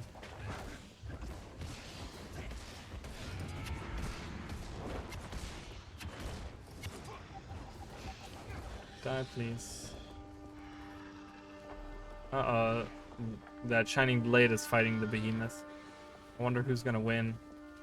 Probably that behemoth. Oh yeah, that shining blade agent is not doing good.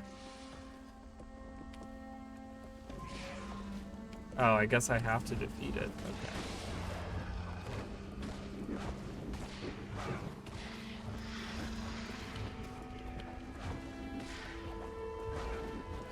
Where are you trying to go? He's trying to come over here. I'm like, you can't come over here. Bye. Dead. Hey, come on. Move it along, lady. Oh, God. Good old vanilla Guild Wars 2 NPCs that take forever to do anything in their life. Great. Are you going to teleport from each mushroom? You just teleport down, please. Oh, my God. Each mushroom. Great. Then we get this guy. Spiders, remember those things? Yeah, those happen upon us as well. Awesome. That's what I want. Just what I fucking want. Come along. I'm coming along. I'm right here. And then where's she gonna be? Okay.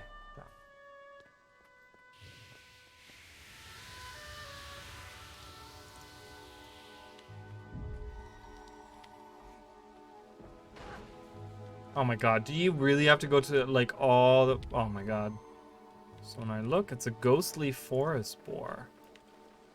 Hello. Goes and longly snuffles your pockets for trees. Seems this is or was somebody's pet. Huh.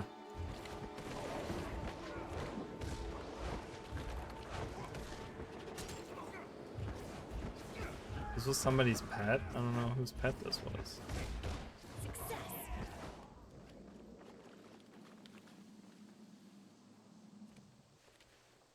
Alright, made it. I'm glad that this event was up though. No one had done. I mean, no one really comes into this corner. Like, no one comes out into the Aurora Remains, you know. But yeah, so Crystal Runner, here we are. So we have a crystal, and they're putting it inside of these vines. And guess what? It opens up the thing, and then we gotta kill this guy. Can we kill him? Well, let's try.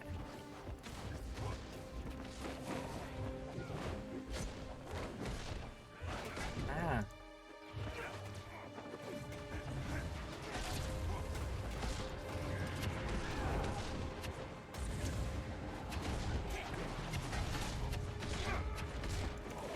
Come on, die. Ha ha ha. I'm doing okay right now.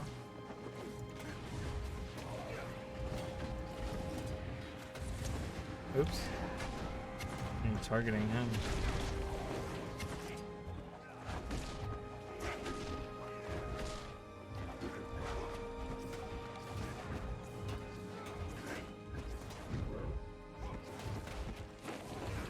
Oh, stop it. Sometimes I hate specters. All right, we got it. You need to hit in that direction. So we've defeated him. So we kind of did the same thing. This whole area back here is just like a callback, right? This is like a callback area to just all of that. And I think that's the end of the mission. And I think Les just goes back, which is weird. He doesn't even wield a longbow. So that's kind of strange, but I don't know whose pet this is. I don't know if that's kind of a reference to someone as well. I don't know where he's going. Oh, he's going up here. He's opening up this so you can go up here. And they've kind of show you this like chest that you can open up at the very end. I think that's where he's going. Yeah, he's showing us this path up here. And you can open the chest afterwards and you get a little, oh, blue and green, boo-hoo, cool, whatever. You're welcome. Hello, stranger. Thank you for everything. There's a gift for you in the chest above atop the mushrooms. Okay, cool. So this area was just like I said, callback area. You can go to where the crystal runner is. Oh, Maguuma web. What is this? Oh, that's weird. That wasn't there before, was it? Huh. Okay, this is where we were fighting the thing. Blah blah blah. Up here. So this is where the villager is.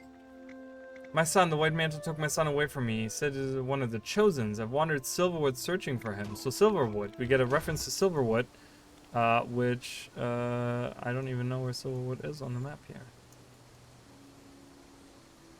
Didn't we see Silverwood? Oh, it's right there.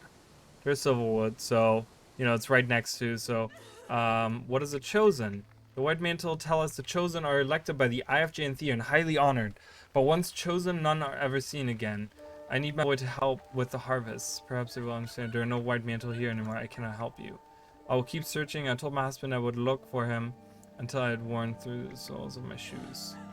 Okay. How can I help? And then you're a ghost, so your child is probably already long dead. No, it was only yesterday that he was taken when white mantle Justicars came through our village. They were heading through Silverwood. They must still be around here somewhere. There is no Silverwood, no Justicars. End your search. This is madness. I'll keep searching. It's just a life. Then share my optimism. Won't you please help me find him? I can't. No one can. Okay. It kind of goes back. It's supposed to give you like this whole area is supposed to give you like a little bit of a, you know, reminder. But I wish this was a little bit more like, I don't know, in people's way. Not like that it needs to be like, oh, people need to come through here, but I wish it was just more like, okay, you know, more people saw this, right? It seems very important. Where am I going? What am I doing? I'm going the right way. I have the right intention. I just don't know what I'm doing right now. So here we are. Ta-da! The Shattered Henge. Okay, so this is right there. That's kind of why they have this whole. I wish this was a POI. Right, this fountain, that's the fountain. That's the fountain of the Henge of Dunravi. So we're here at the Henge, and that is the Shattered Henge, right? And we get the, you can do the little hero challenge up there with the tree. What's that tree called? It'll appear in a second. Unless someone just killed it. I guess someone just killed it. That tree has like a name. It's like something something. My go-to activity, I usually did dungeons. I would usually run dungeons. I ran the Cathedral of Flames all the time. That was like my go-to thing. It was like doing Cathedral of Flames. I remember like I was looking for the golden Rin relics that you could get the blindfold with. That I think that's what it was, the blindfold, I think, and that was like my main thing. I was like really trying to get that blindfold, so I was running the Cathedral of Flames all the time. That was pretty much my go-to. Like at least once or twice a day, I would run this every single day, just to find some of these Rin relics, and then I would go around do some other dungeons. I didn't really do the Ooze Pit, but I really enjoyed like Catacombs of Cathandrax, Rogar's Menagerie. That was a good one. I did like some of these. I know there's, yes, this one was really good. That one, Raven's Point, I don't know, that one was okay. I liked Flocks and Excavations as well. So I don't know, I just ran dungeons usually. That's kind of what I did most of the time. Nothing that expensive. I didn't have anything that was expensive, I don't think. I have a, it's more novelty rather than like actually being expensive. Oops, I don't know why I meant to do that in Guild Wars 1, not Guild Wars 2, so we can log back in here. Character select. She has the Ice Dragon Sword of enchanting. So I want to go to an outpost where I can just like walk outside real quick.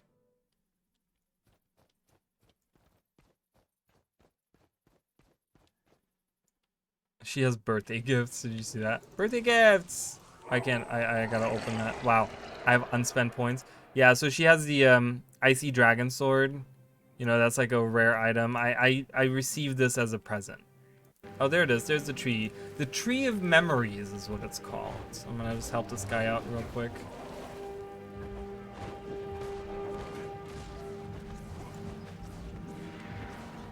So I can live my life in peace. But yeah, so that was a pretty nice novelty item. Let's see what I'm gonna get out of these birthday presents. Shall we? Oh, these are vouchers. They're not birthday presents. Got it. Never mind. So that was probably, I don't know. I want to say that's probably my most expensive item. I do have on her. Oh god, I didn't know it was gonna. You did give me a vampiric one. It should be. I should have this either on a character. I might have this on a character. I know I didn't delete it. It's either on a character or it's in my bank. This character, she has a insightful tormented staff. There's a tormented staff that's kind of like a pretty pricey item as well. No, that's the regular fiery sword. Big sword. I think one of my characters is carrying that that draconic one that you gave me. Yeah, I think my warrior has that right now. Some golden relics, because I don't see it. So I mean that's pretty much. Yeah, I don't have any pricey items really. I think he has it. Yeah, I don't think I have anything else where I'm like, ooh, that's a really cool item. So, but yeah, so there's the henge, guys.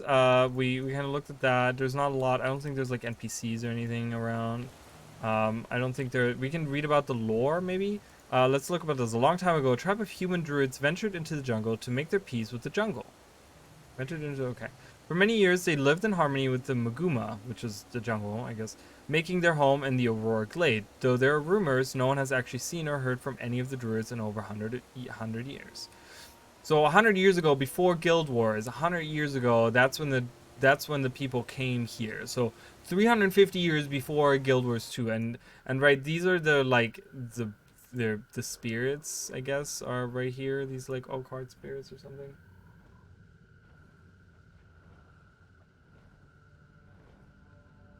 Yeah, it's probably on that. I think it's on the Canton Warrior that has it. Yeah, I think he has it. And then so the druids were over here.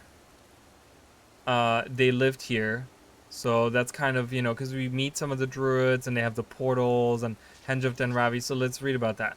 Was once a sacred meeting place for the druids of Maguuma. It fell into disuse after the druids mysteriously disappeared more than a decade ago. So remember, they came 100 years ago. They came to Maguuma. They came to the Maguuma jungle to be with the jungle or whatever, right? And then a decade ago, they mysteriously all just disappeared. Like 10 years ago, they all just like vanished. They just like vanished, and they became these spirits, right? Everyone thinks that they're gone, that they were taken by the Horus, but they were actually just, oh, no one has done this still? Ugh, annoying. And there's commanders on the map. What are they all doing? They're all just like hanging out. I don't know. I was hoping maybe we would get to see the glowy symbol, but that's okay.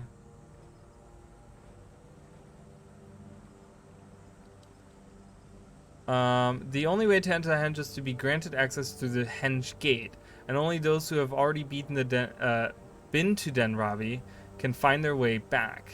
So there you go. That's that area right there. So that was all of that. That was pretty cool, right? That was a cool little. And again, we can't really see.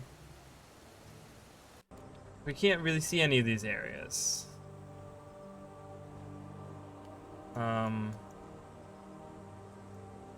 There's a lot of this stuff. Let me see exactly where this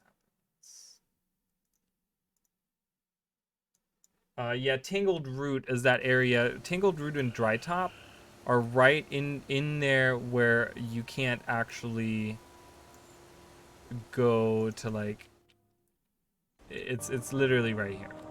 That is where all that stuff is, right in the middle. Like I said, Etten's back kind of ends up going there, like parts of it is Etten's back. So that's why we ventured there. But then all that stuff is in here. So we have Dry Top up here. I want to show you guys Dry Top in Guild Wars 1. It's a small little area right here, so that's why I ventured here. Let's read about Maguuma State.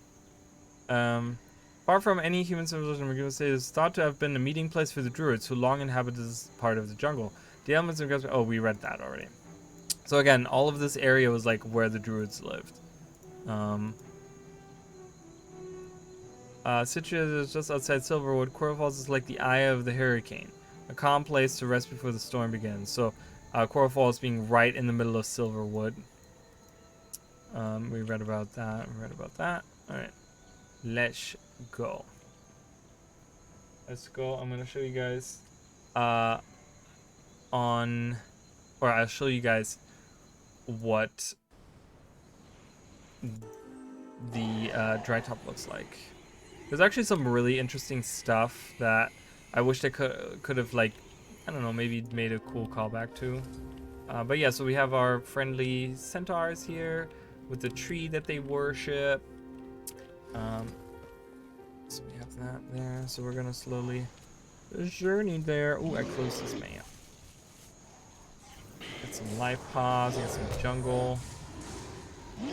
Okay, who is stuck there? Someone is stuck in between enemies. Kill them. None shall stop me.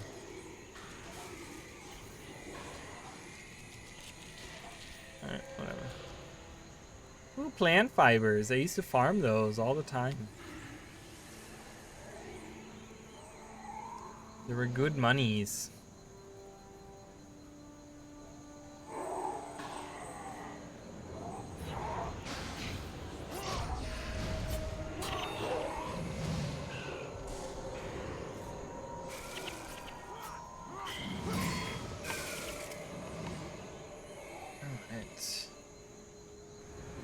It's really hot in here with the light and then my PC like overworking, you know, because there's like 20 million things happening.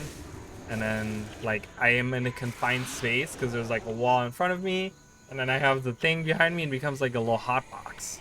And I was like cooking. I'm just cooking in here. And then I put a hat on so that the heat just kind of like just in my brain just, it's great. That's really good. And nostalgia trip.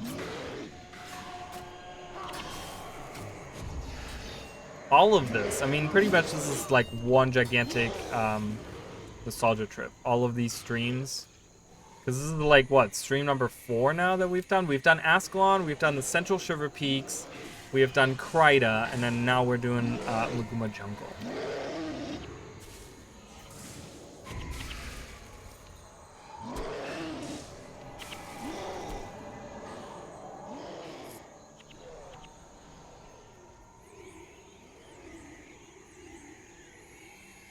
But yeah, it doesn't really look jungly, does it? I mean, there's a lot of bamboo happening here. So again, I don't know, ArenaNet, like, I don't know, they have their own vision of what a jungle is supposed to be, I guess. So there's a boss down there in that little pit. I'm just gonna keep running here, I don't care. There is a resurrection shrine, so even if I die, I'll just come right back.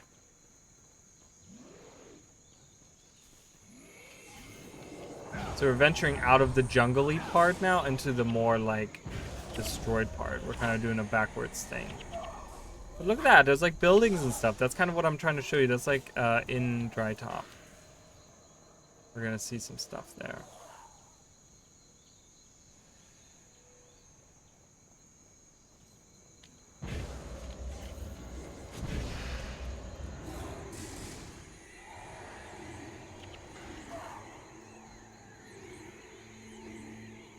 see some fun stuff. You know, because there was some parts in Dry Top that, and we have disappearing trees again. Is that the same tree that disappeared earlier? Maybe. And it has a white mantle symbol on there too on the sign. That's.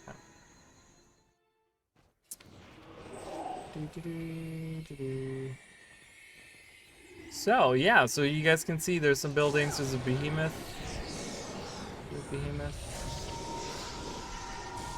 Some buildings, and you go further. More buildings. Looks nothing like Dry Top does, doesn't it? There's one important part that I do want to show you guys. That I guess. Oh, I gotta go around this one. I have tried a Path of Exile. I have played through like. I've played through to the point where like you have to kill like that god guy that gets like, I don't know, he's like an X on his face or something. Doesn't he like, or something? He like transforms into like a weird way or whatever. Like that's how far I've played. But it just became like kind of grindy, and then like, I don't know, endgame became about like just spam, like you can't even see anything on the screen anymore because you're spamming all of these abilities. And all this stuff flies around, and it's just like crazy. I'm just like, okay, I don't know. So we have some centaurs here, okay? That's significant in the way because we're in Dry Top, remember. And like I said, Dry Top is going to be further to the north. It's going to be like actually up here. Let's kill these guys.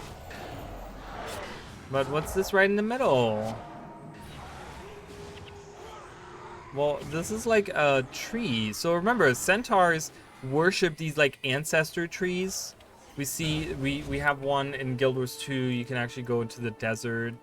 And there's one in Korna.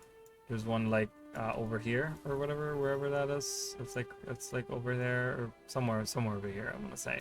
And there's the ancestor tree, and you can see more in Guild Wars 1. There's if you go to like Alona, like actually south of here, I can't see it right now, but you can find some of those ancestor trees, I think is what they're called, and that's kind of like the centaurs worship that. So there was one here at some point. This was like, look at how thick that stump is. Like that was a massive tree at some point. Like that is bigger than like those trees, I won't even say.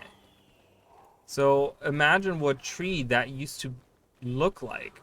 And someone cut it off. I mean, yeah, this looks even thicker than that. So this was like a huge tree. So there's, you know, rumors that used to be like one of these trees, and it was cut down by some mysterious force or some person or something. And when they first like were like, oh, we're going to Dry Top, I was like, oh, cool. Like maybe we're gonna get an answer to that. Yeah, I don't know. It's very like ARPG, you know, it feels very like Diablo to me, and Diablo doesn't feel like Guild Wars 1 to me. You know, it's I don't know. It doesn't capture the same feel, in my opinion. I play like Lost Ark a little bit once in a while now, and that's like, it's a little more towards that way, I want to say. A little bit more, because you only get like a set amount of abilities. You don't get like 20,000 abilities you can spam, and not everything goes like fucking crazy where you have to like, you know, the skill tree, like don't get me wrong, it's fun experimenting with the skill tree in Path of Exile and stuff. It's kind of cool to have all that, but it gets a little bit like, once you're serious about it, it's a little bit too much. It's just like, oh my god, there's like so much crap going on. Where Lost Ark isn't quite like that. Lost Ark doesn't go that crazy, and Lost Ark is also like story driven, and there's a lot more like, you know, it feels a little bit more Guild Warsy to me. So if I were to compare any of those games to it, I'd probably say Lost Ark.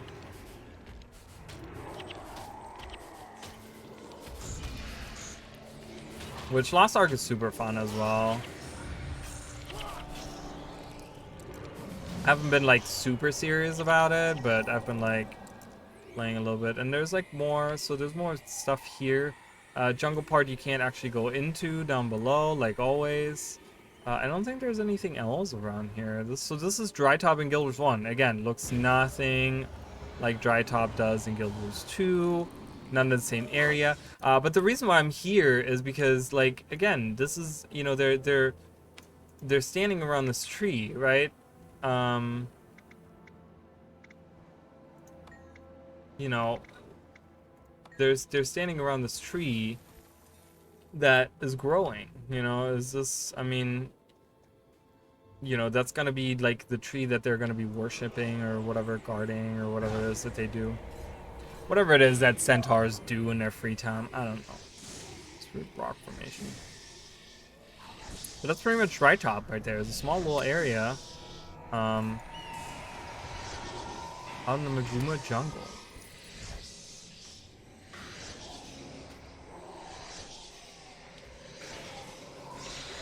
So yeah, I don't know. Is there like anything else that you guys want to see in the Maguuma jungle? I mean, it's not super late, but it's only been like 3.5 hours, so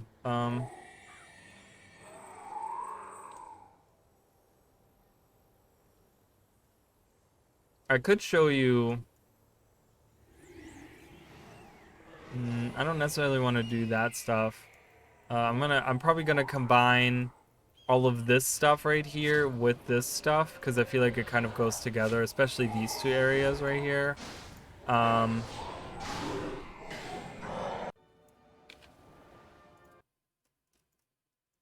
Like I'm saying like in a different stream, I'm gonna do that at some point. So we looked at Keswick's Peaks last time. Tears of the Fallen.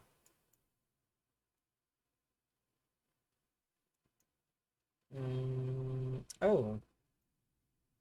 Yeah, let me show you this other. Okay, let me show you this other thing. I totally didn't even think about that. I don't know if I need a mission for that. So again, we got like, is this like druid structures? We've seen this around the druids. It looks like a little like, you know, gathering place or something. And again, in the description, we hear about it. You can actually see the twin serpent statues that are in Guild Wars 1. Oh, really? I haven't done that raid. I haven't done really any of the raids. That's cool. I didn't know that. That's awesome. It's really, really cool. Yeah, because I love those. I love going up that mountain with those twin serpents, like twin dragon serpents, like going up through the thing. That's so cool. Such a cool little thing that they have there. Yeah.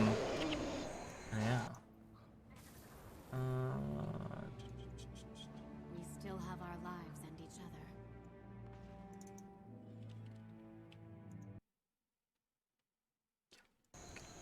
That's exactly where I want to go. Oh, maybe not exactly there, because I just got teleported to somewhere else. Oh, let's stop. Let's get them. These guys killed. Playing 2 games at the same time is really like, it uses like some kind of weird special part in my brain that is like probably really minuscule and like has not been developed enough to the point where I'm like, I can't do this. I'm gonna actually go right up to that little waterfall up there. It's pretty. Oh, look at these guys over there fishing together on the same boat. That's a cool skin for the skiff, by the way. Hey, Vladimir, how are you? Welcome. We're getting slowly here to the end of my stream, actually, but welcome nonetheless.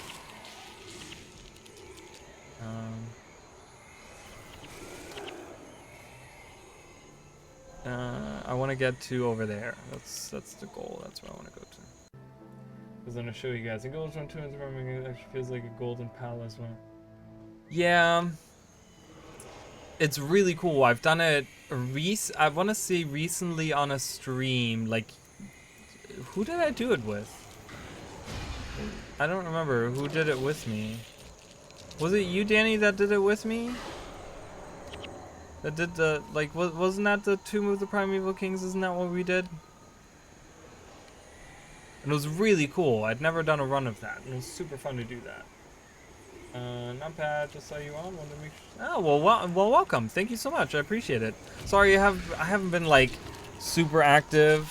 I mean, it's like my life has been crazy, and this week has been my first week where life has not been crazy. My new job is hopefully gonna calm down now to the point where I can actually like do things with my life, which is kind of the goal. I want to go down there. That's where I want to go.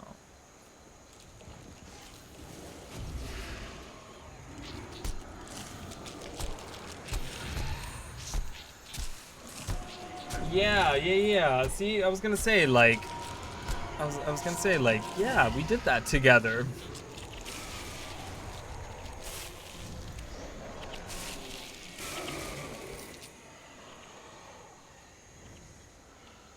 So, and that was super fun. That was really cool. And yes, like you said, it's like a golden palace. You really feel like you're like, this is where heroes go to die, you know, like after they die or whatever. Look at the statue of Melandru. Looky, it's a statue of Melandru. There's old Jones. My god, look at all these jungle trolls. Holy crap. Yeah, group them all up. Nice. Oh, they're all just dying. Bye, bitches. You're all dead. Statue of Melandru. So we see this here. Okay. And then we go here to Old Junes. Alright, right down by this river. And we can actually, we can go along here. And we can kind of like look down. See how like weird and foggy this river is? It's kind of strange, right? Like, you guys see that little bit of fog that's like sitting on top of this water, this river around here? Like, if we go out of it, right, it kind of is like, it's not like that, like up there or whatever, and you look down and it's like foggy down here, right? So, and we can talk to them, and what is it? I've been a guide on the Dark River for many, many years. I know it back and forth like the tracks of time on my very face. You must know this letter may carry you to your death. The passage we must take is perilous at best. The Dark River? Its real name is Olin River, but those of us who know it at best never call it that. It's the Dark River to us. Dark as an absence of light, yes, but that's only part of it. A shadow lies over that region, and it is cast by something unseen, I suppose you could say. Let's change the subject. I hear you have a son. I did. Edgar was his name. His opinions were white. Shadow did. Shadow L was true. He was an old friend. It's true. Shadow wouldn't trust you without reason. Commands.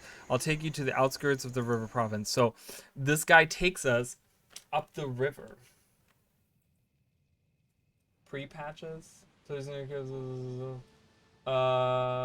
sorry, this new cool kid was messing with my muscle memory. Hey, it's fine. I totally get it. You know what? I totally get it. We have this really, really shitty keyboard at work that we use on the main computer. And the keys, like, they kind of feel sticky.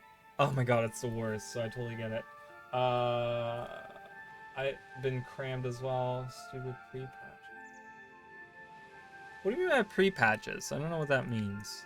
But yeah, so he takes us up the river nonetheless, right? So we go up this river, and this is called the Ullen River, okay? And this is like the boat, this is the end part of it or whatever. This is where the Dark River comes out. And one might think that, oh, what a mystery. Oh, that sounds so really cool, right? Really, really cool. Well, we're going to do the same journey that they did in Guild Wars 1, because this is actually the River Ullen right here, okay? This is the river. It actually goes right up here, okay? It goes up here, along here, there, and then, you know, it kind of like goes up further up there or whatever. Actually comes down this way. It actually goes the other way, I want to say.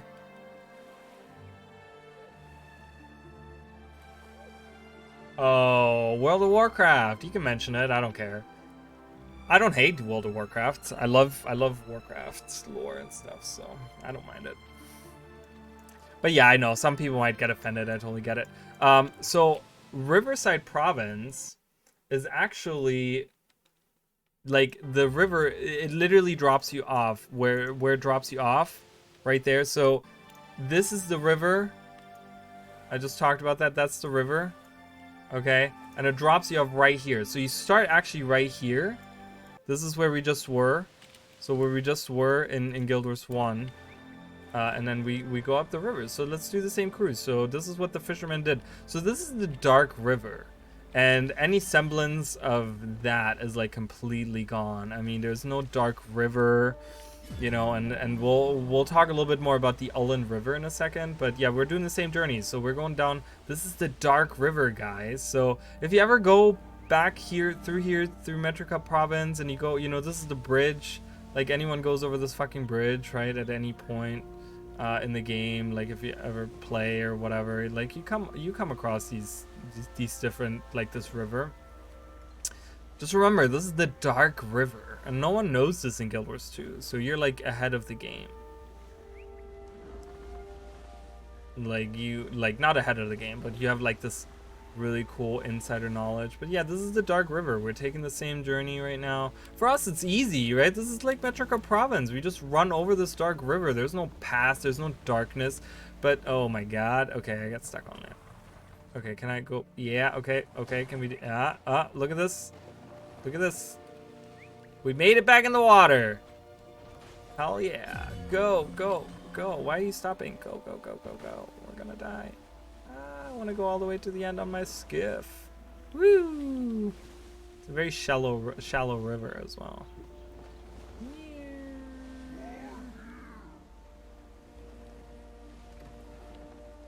And here, and this is where he drops us off, pretty much, in Guild Wars 2. Okay, so nothing about a dark river, right? And he talked about the forces unseen, and there's some kind of darkness that lies over that river.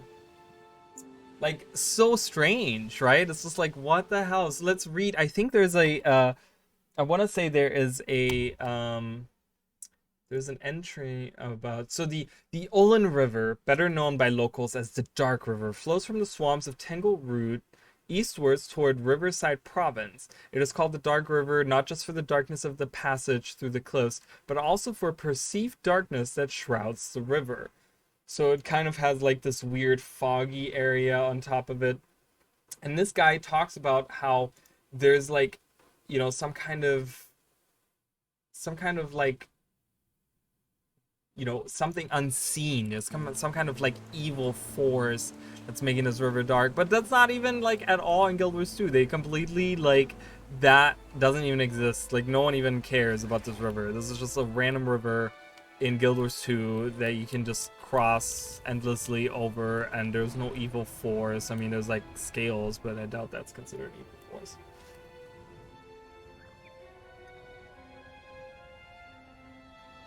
Yeah, you can see Drakkar out in the lake, yeah. And Drakkar looks very different, right? Drakkar looks very, very different. We're going to look at that too. I'm going to do comparison streams for that as well.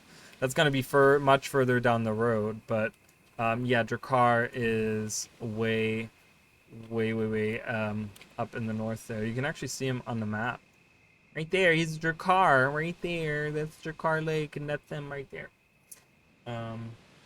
Yeah, and then there's also, you know, the other thing, and I read about this all the time, right here. The ice statue, right outside Eye of the North. You can find this icy statue. This, the lizard creature that's like up on this icy platform or whatever, and that has never been explained because you've never been able to go outside of the Eye of the North in Guild Wars 2. So we don't even know if there's if that statue is still there or what, you know, like, is that still part of the area out there? You know, there's you can actually look up a map of Eye of the North of what the whole area outside looks like, but it doesn't go far enough to really see that far north. But no, I don't want to do that. Okay, stop it. Stop doing at me. Doing at me. So that is like the Eye of the North map. Eye of the North map that you can see there, and that's like the outside area or whatever. But yeah, no one really knows the that what happened to that statue out there. You know, again, that's something we're definitely gonna look at. I mean, I'm gonna take a quick look because getting to the end of the stream here, guys. So I'm just gonna do this last look, and then I'm probably gonna head out and you know, and maybe we'll do some comparison streams at some point in time. Is there anyone that's streaming right now that we can... Oh, I should be grabbing more people than just 6. Is there anyone streaming that I should be rating or something? I don't know. Look at that in a minute. Let's do Margoo and Master of Whisperers, maybe. Yeah. But yeah, we're gonna just look at this last statue again. I do want to talk about the Eye of the North at some point as well. It's really cool, really cool. But I'm gonna just walk towards that eye statue. But yeah, I hope you guys enjoyed this comparison stream. I'm just gonna do this little look, and then I'm gonna head out, find someone that I can. Next week we're gonna do. I'm probably gonna do the area like around here, all the stuff that I kind of missed in the parts of Kryta, and the coast, like the coastal area, the Tarnished Coast area up here. Probably that's what I'll do. Is it explained in Guild Wars 2? Yes. Well, in Guild Wars 2, Oreen feels a convergence of magical power here, so it's like probably a ley line crossing or something here, and she makes her nest here, and she actually brings us, I think, isn't it? Don't we get like hurt really badly or something, and then we get transported here? But yeah, this statue right there is what I'm talking about. There's that weird, mysterious, like snake, lizard-looking creature. I think it's more lizard. It's not a snake. I think it has like feet on the other side. You can't really see it right now, but I think it has feet on the other side. But yeah, that statue's never explained as well. It's a very mysterious.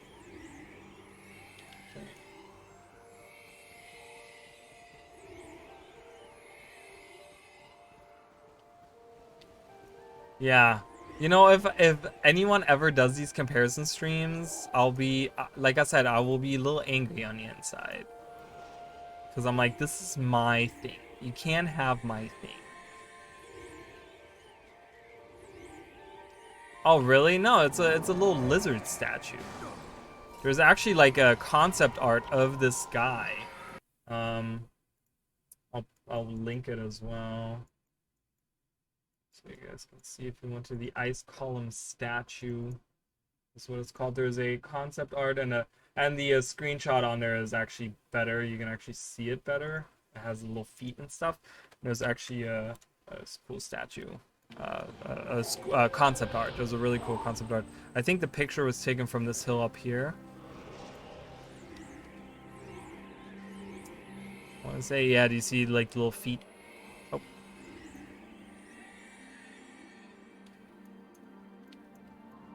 So yeah, so there's this mysterious like weird statue around there as well. So not just Drakkar that's locked in ice, but also this creature that could have been a boss or something for Icebreed Saga. You know, they could have just like, oh yeah, this was a frozen monster, blah blah blah blah blah blah blah or something. I don't know. So yeah, but anyway, so I'm gonna take this hat off now because I'm hot. My head is like heating up and I'm about to like pass out. So it's all fucking out too. I got a hat here. Let's see who we can raid. I hope you guys enjoyed this. I hope, you know, again, this isn't one of these like some of these areas are not like where you can, oh look at this, like Kryta was like that, right? It was like Beetleton and like this and that and boo boo boo boo boo boo boo. We're gonna like, where's this location? What is this location? Da da da. Right? You know, Ascalon, same way. But then we have the areas in between that are not quite like that. Not quite like that. So, let's see. Oh yeah, he already has plenty of people watching him. Oh my goodness. Vladimir, you're streaming? Well, thank you. the Realm of Torment into Guild Wars 2. Well, we know for a fact that the Realm of Torment does not exist anymore because the Realm of Torment is, or at least parts of it, are like Cormier's library, because you can actually find the like Torment tentacles under the water. So that's like remnants of the Realm of Torment. So Cormier took over the realm. You know, we might see it as like a fractal, maybe like going back in time and stuff, but.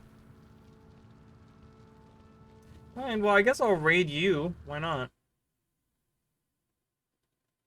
We're gonna go over there and we're gonna check out some World of Warcraft. Cause I don't know anyone else that.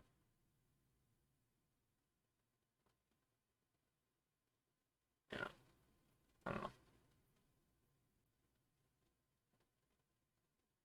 So we'll raid you, friendo.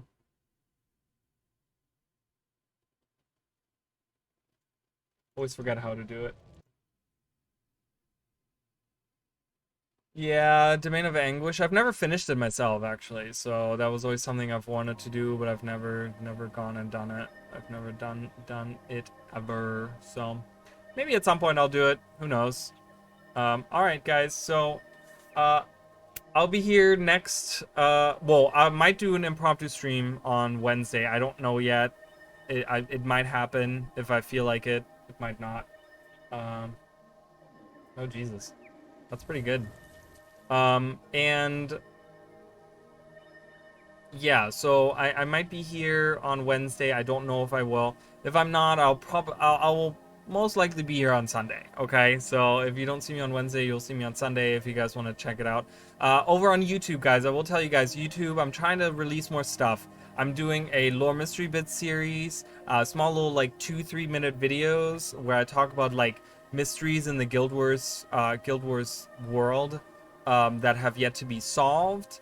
Some of the stuff, I don't think any of the stuff has been solved that I've talked about, but there's like 10 videos. I'm working on video 11 right now, and I have ideas for like 2-3 more of them. So if you guys are interested in anything Guild Wars related, you know, lore wise, go check out my channel. I'm also working on regional lore, and I'm still working on my profession thing, and I'm working on history videos. I mean, a bunch of Guild Wars stuff. And I'm also doing a playthrough of Xenoblade Chronicles 1 right now. So all of that stuff is happening over on the YouTube channel. If you guys want to find me over there, you can type in !YouTube, I believe, will actually get you the link. But it's just a Raleigh on YouTube. You can just find it, you know, youtube.com/Raleigh, I think is the link. But yeah, thank you guys so much, and we're gonna head over to Latimer's stream and hang out with him for a minute. Hold on, before I do that, let me actually okay. Let me do something before I do that right now. I know I'm live. I know I'm live.